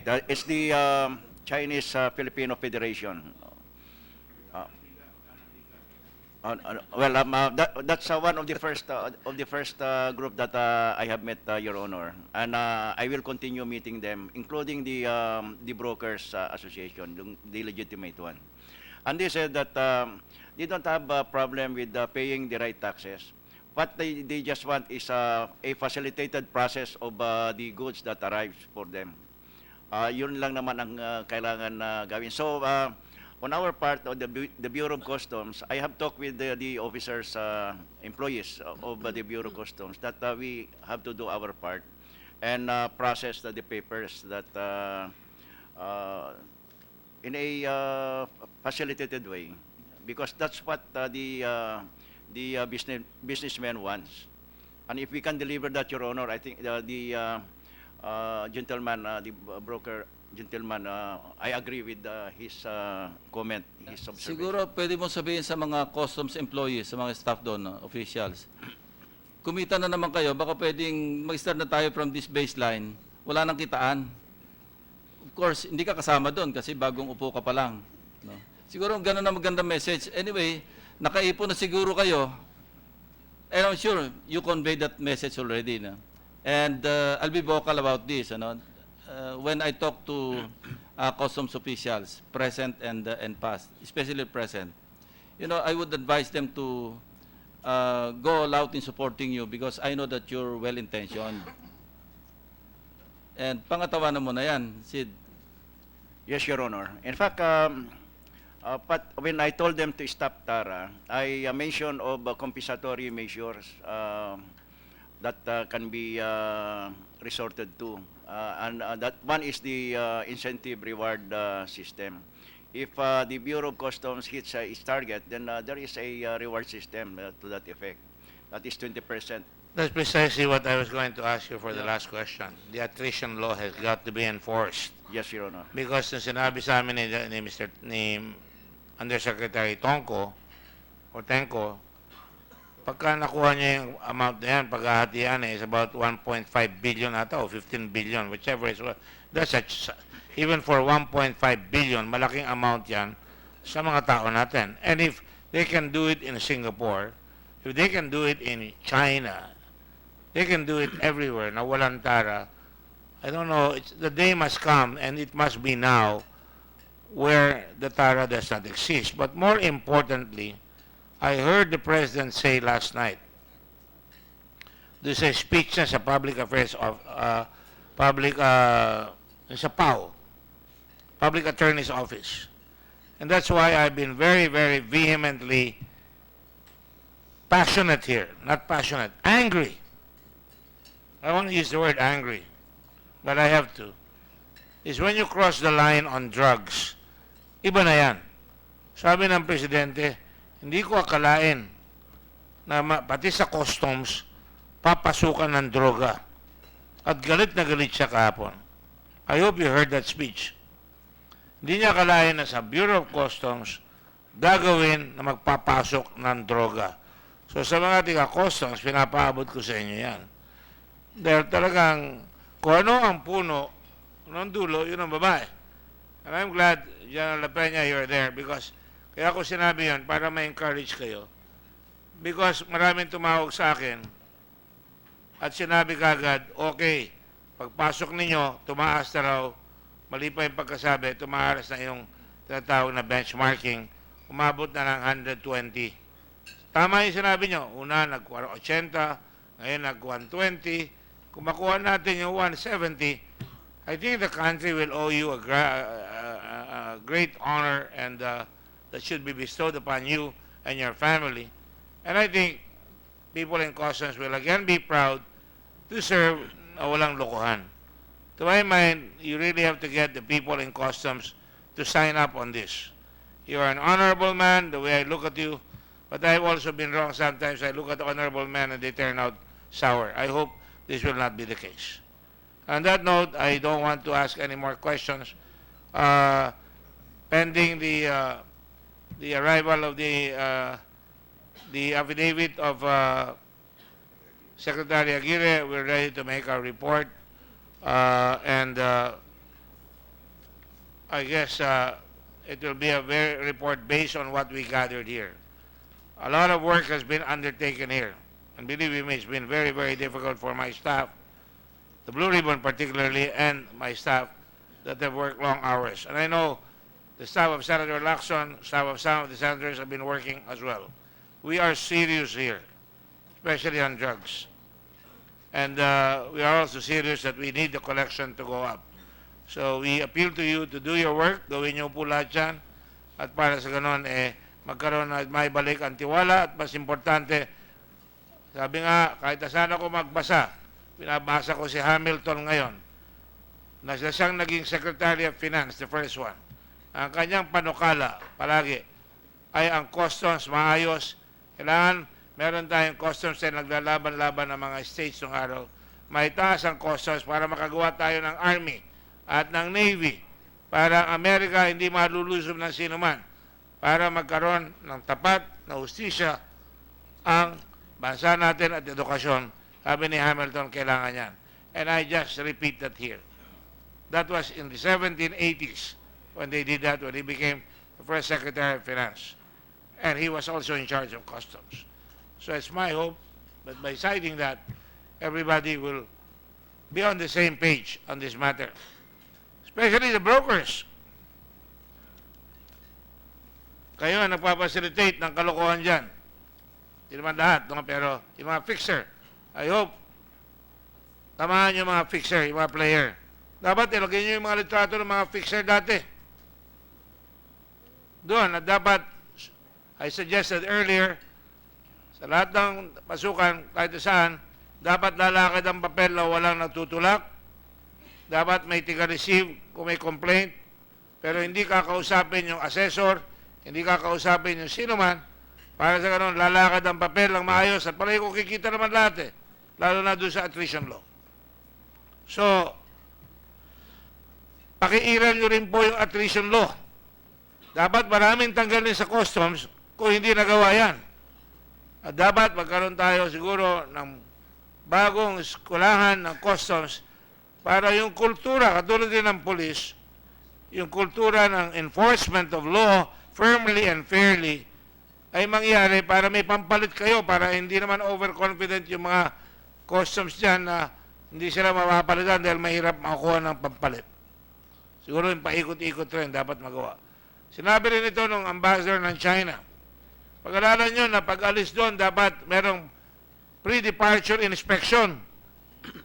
Para bago dumating dito, alam na natin kung anong darating. Sinabi rin ni Senator Drilling yan, sinasabi din namin. Sinabi rin namin, I think Senator Lacson, I think also made mention of that and some other senators. We are behind you, and hopefully, we can finally find our way clear into having a good system here. So, with the permission of Senator Lacson, we will cross over to our next investigation on the privilege speech of Senator Lacson, and we will do it with the same zeal. And I will close the meeting on the drugs, but will not abandon our pursuit of the resolution of the cases filed with respect to drugs. I want to be clear on that. To the representatives of the Secretary of Justice, PIDEA, and Customs, and NBI, we will continue to pursue that even if we terminate this case. With the help of the other senators, we want to make sure that we win in the case against drugs. And we will not hesitate to drop the hammer on anyone, at least as far as the Blue Ribbon is concerned. We will write the Ombudsman, we will write the Supreme Court, and we will make sure that copies of this investigation are given them. And you can be assured that we will communicate with other countries when we feel that the executive is not doing their job well. And of course, we have the power that Senator Lacson used the other day. We have the power of the forum of the Senate to unmask those who are corrupt and to reveal those who are doing wrong so that justice may fall, as they say, even if the heavens fall. Thank you all very much, and we shall have our next hearing on September 25, and tomorrow we will have our report stated. Senator Bam has made a reservation to ask for a few questions. So, if you don't mind, Senator Lacson, I will suspend muna. Senator Bam has requested to ask questions. Yes, Mr. Chairman, but by your leave, I have to preside over a hearing at 1 o'clock. So I was going to ask you to preside so that I can ask questions in the other hearing. You know, this is budget time. Kung nagtataka yung ibang mga nanonood, ba't ko konti, Senador, busy ulat kami for the last month and a half because of the budget. Daming duwa natin dito, nagtatanong kami lahat dito, kaya hirap na hirap kami. Ang dami-dami namin iniimbestigan, dami-dami pa namin ginagawa sa budget. Your Senate does not sleep. A lot of our people are working. The Finance Committee Chairperson, Senator Lugarda, hirap na rin, and all the others, all of us, share commissions on that. So nagtatrabaho po ang inyong Senado. Senator, Mr. La Peña, did you have any other questions to add? Yes, Your Honor. May I just make mention, Your Honor, of another compensatory measure that I will be recommending very soon. It's the exception of the Bureau of Customs from the salary standardization law, for us to be able to increase a little bit the You know, salary. sir, ang exception nyo yung attrition law. Pairalin nyo muna yung attrition law and I promise you, I'm sure I can speak for Senator Lacson here, we will fight for Mr. that. Chairman, I was talking with former Commissioner Morales. Mm. At what point, alam mo, Sid, nakuha nila 800 million pesos Yes, Your Honor. doon sa attrition law, yung sa incentives. Pag masipag din kayo, para na rin kayong na-exempt sa salary standardization. Doon nyo lang po padaanin. Huwag na sa TARA, doon na lang sa That's right, attrition. Your Honor. Ang laki rin na makukuha nyo, I assure you. Pinaghirapan po namin yung attrition law doon sa previous session, previous Congress. Kaya pagpilitan po ninyo yan. At you can do that kung di nyo titigilan araw-araw ang pagbabantay. Sapagkat kailangan talaga bantayan eh. Yes, Your Honor. Thank you, Your Honor. But you will have our support for so long as you're doing the job. I will suspend it in behalf of Senator Lacson and Senator Aquino. In the meantime, I think you've already had lunch. I have not had my lunch, so but I will go first to the hearing so I can go back. Will the COMSEC please call me the moment Senator Aquino is here? And I will temporarily suspend. The next hearing is on September 25th. At what time? At 9 o'clock in the morning. September 25th.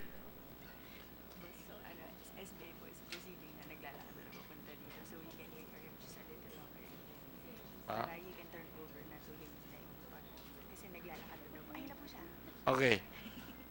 Senator Aquino is here, and I will turn over the gavel to him. He will be adequate. One day, I hope you can be the Blue Ribbon Committee chairman as well. It doesn't matter. You don't need to be a lawyer. So, I did not suspend it. In the meantime, Senator Aquino will continue on. I will... Just a few questions. 10 minutes after 10 minutes. Suspend it. For you. I'm a member of the committee. Oh. So just authorize him, sir, para Yeah, I'll suspend after. I just have very few questions. I can authorize it, then you can suspend it for September 25. Okay. I will thank you all. I have to go to the SBMA and the other government corporations hearings. I will turn over to a very adequate senator, and he can suspend it Pending the next hearing. pending the next hearing. Yeah. So ordered. Maraming salamat, Mr. Chairman. I have very few questions. This is just a loose end from the previous hearing. Si Mr. Bartes here, gusto ko lang hong tanungin. Narinig niyo po yung pangalan ninyo sa nakaraang hearing? Opo. Opo. Yes, Mr. Chair. Alright. Yung konteksto nung nakaraang hearing is we had asked Attorney Anderson, who was the Chief of Staff of Commissioner Fildon, kung meron po dun sa 5 grupo na binanggit ni Senator Lacson na nakikiusap sa kanila. Yung 5 grupo pong yon, meron yung Bangayan Group, meron po yung Gamboa Group, meron daw grupo na Santos, at may grupo na Davao Group, no? Ang nasabi po ni Mandy, ni Attorney Anderson, is 2 daw po dun sa 5 ang nagpakilala sa kanya. Yung isa daw po, yung Gamboa Group, si Kimberly Gamboa daw mismo yung nagpakilala sa kanya at may pinakikiusapan. Yung pangalawa daw po ay yung Davao Group. So tinanong ko, sino po doon? Sabi, meron daw BOC official na nagpakilala sa kanya bilang membro o representante ng Davao Group at kayo daw po yon. So gusto ko lang po, para lang kung may chance rin po kayong sumagot, ano po ba yung nangyari sa conversation po ninyo ni Attorney Anderson? Maraming salamat po, Mr. Chair. Ganito po kasi, Mr. Chair, nung pag-assume po ng office ni former Commissioner Fildon, actually I belong to the BOC pool of lecturers. Nagle-lecture po ako, sir, Mr. Chair, sa valuation. Yun po ang forte ko. So, she was one of the attendees during that time. And sometime yung binanggit niyang August, ang maalala ko lang doon, Mr. Chair, was I was made part of a committee para po ma-hit ang target. Ito po kasi yung naging specialization bilang lecturer nahihit po yung target ng port kung saan man ako napupunta dahil yun po yung specialization ko, assessment. So nung nasama po ako sa Committee on Revenue Enhancement, nagpunta po ako kay Com para tanungin kung ano po ang magiging role ng committee or as a member anong gagawin. And wala po si Com, so I chanced upon kay Attorney Mandy po. And during the time din po, sinabihan na rin ako na dahil nag-resign na po yung mga previous commissioners po, Honorable Senator, ako na po yung mag-chairman ng implementing rules, IRR ng alert orders. So, during the conversation po, nabanggit yun na maraming alert orders, maraming negative, so nadidelay yung pag-assign pa lang sa assignment pa lang po sa ICTSI, ATI, inaabot daw po ng ilang araw. So, ito rin po yung reason sa CMTA na napakahigpit, dapat bilisan talaga yung napag-aralan na namin. So, in short po, Mr. Chair, nagkaroon na siguro na miscommunication dun sa inisip niya po. Kasi yung pagsabi ko, Attorney Mans, meron kasing anonymous text. May mga text po kasi, Mr. Senator, regarding sa mga shipments na negative naman, allegedly laden with rice and sugar, tapos turn out to be negative, tapos nagbabayad ng demurahe po. So yun po yung sabi niya, yun, sinabi niya na po, I don't care, and busy po siya. So pagsabi po, umalis din po ako. Bakit ho niya binanggit na ikaw yung representante ng Davao Group? Medyo, kasi yun ho yung binanggit ho niya in the last hearing. So meron kayong natanggap na text message? Yan ho yung sinasabi ho ninyo? Marami po kasi sa Bureau, Mr. Chair, mga anonymous text messages na ito po ay na-alert, namimera lang po, iwasan tong mga tao na to. May mga ganyan po, Mr. Chair. And then, meron pong kaukulang epekto po sa pag-hit ng target. Ito po yung nagiging problema. Katulad nga po, binanggit nila Senator Lacson po na maaari pong magkaroon ng negative effect. Yung mga investors, ganito rin po kasi, Mr. Chair, yung kung mamarapatin nyo po, ma-explain ko rin yung side sa BOC.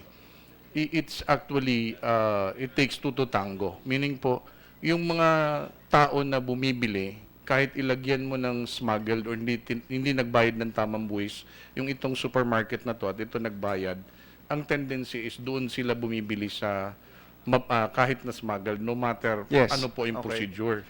So nangyayari po, from the importer, yung gustong supplier, going to the logistics, yung importer, yung logistics provider, ipinapabid pa po sa mga brokers. So thinking, yung mga brokers din po, akala nila okay lang na ibid because the freight is fixed.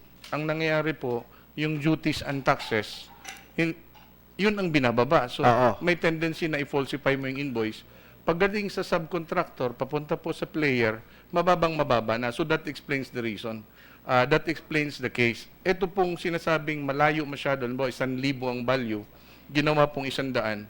Yung duties po na nawala, hindi naman po ninakaw lahat, but napunta po sa murang bilihin.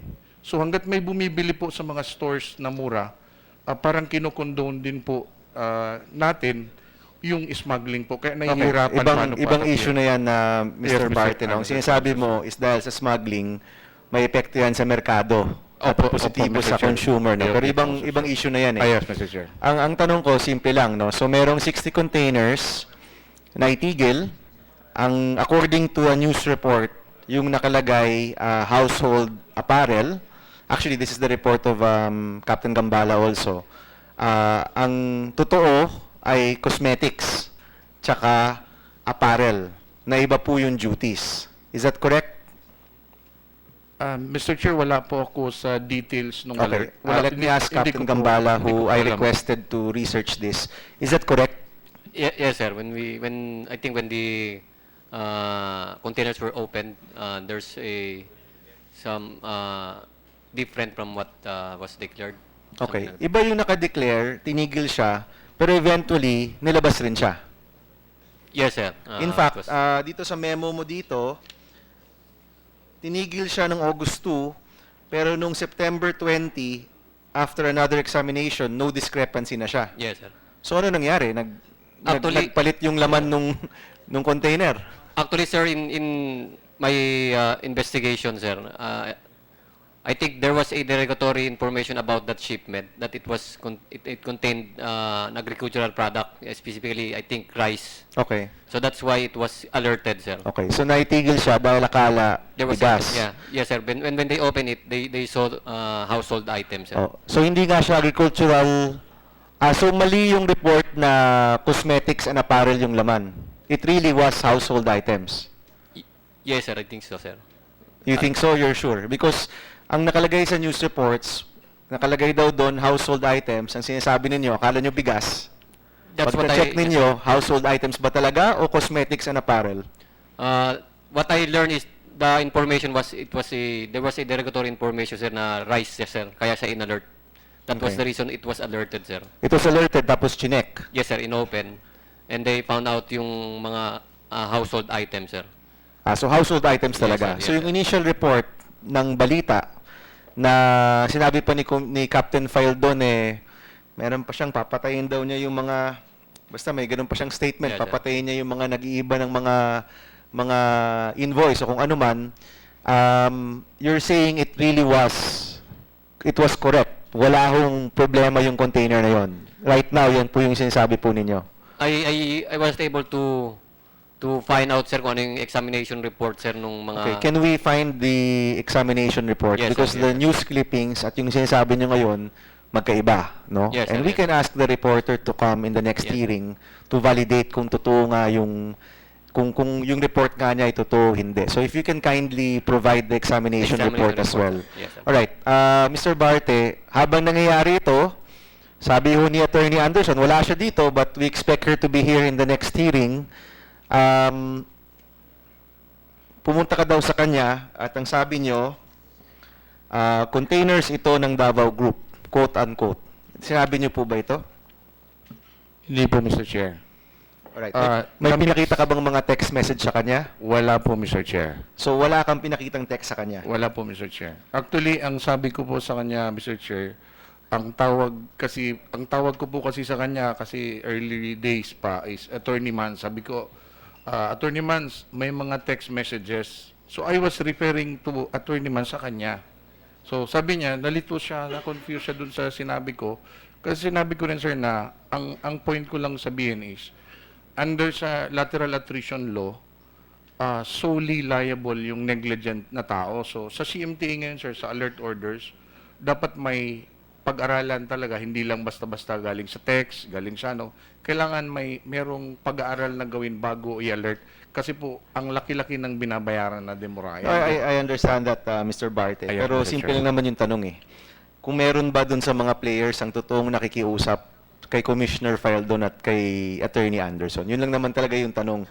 At nabanggit ka, no? Now, unfortunately, wala si Attorney Anderson dito. Magandang magharap siguro kayo sa susunod na hearing. Nung nandito siya nung nakarang hearing at marami pong nandito noon, she was very adamant na ang pakiusap mo sa kanya iba. So to be fair, hintayin na lang natin siyang magharap kayo para makapag-usap rin tayong lahat ng sabay-sabayan. Now, are you connected in any way to the so-called Davao Group?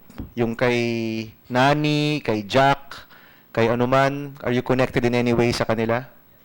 Wala po akong nakikilala sa kanila yun. Just to be fair, Mark, kilala niyo ba itong si Mr. Barte?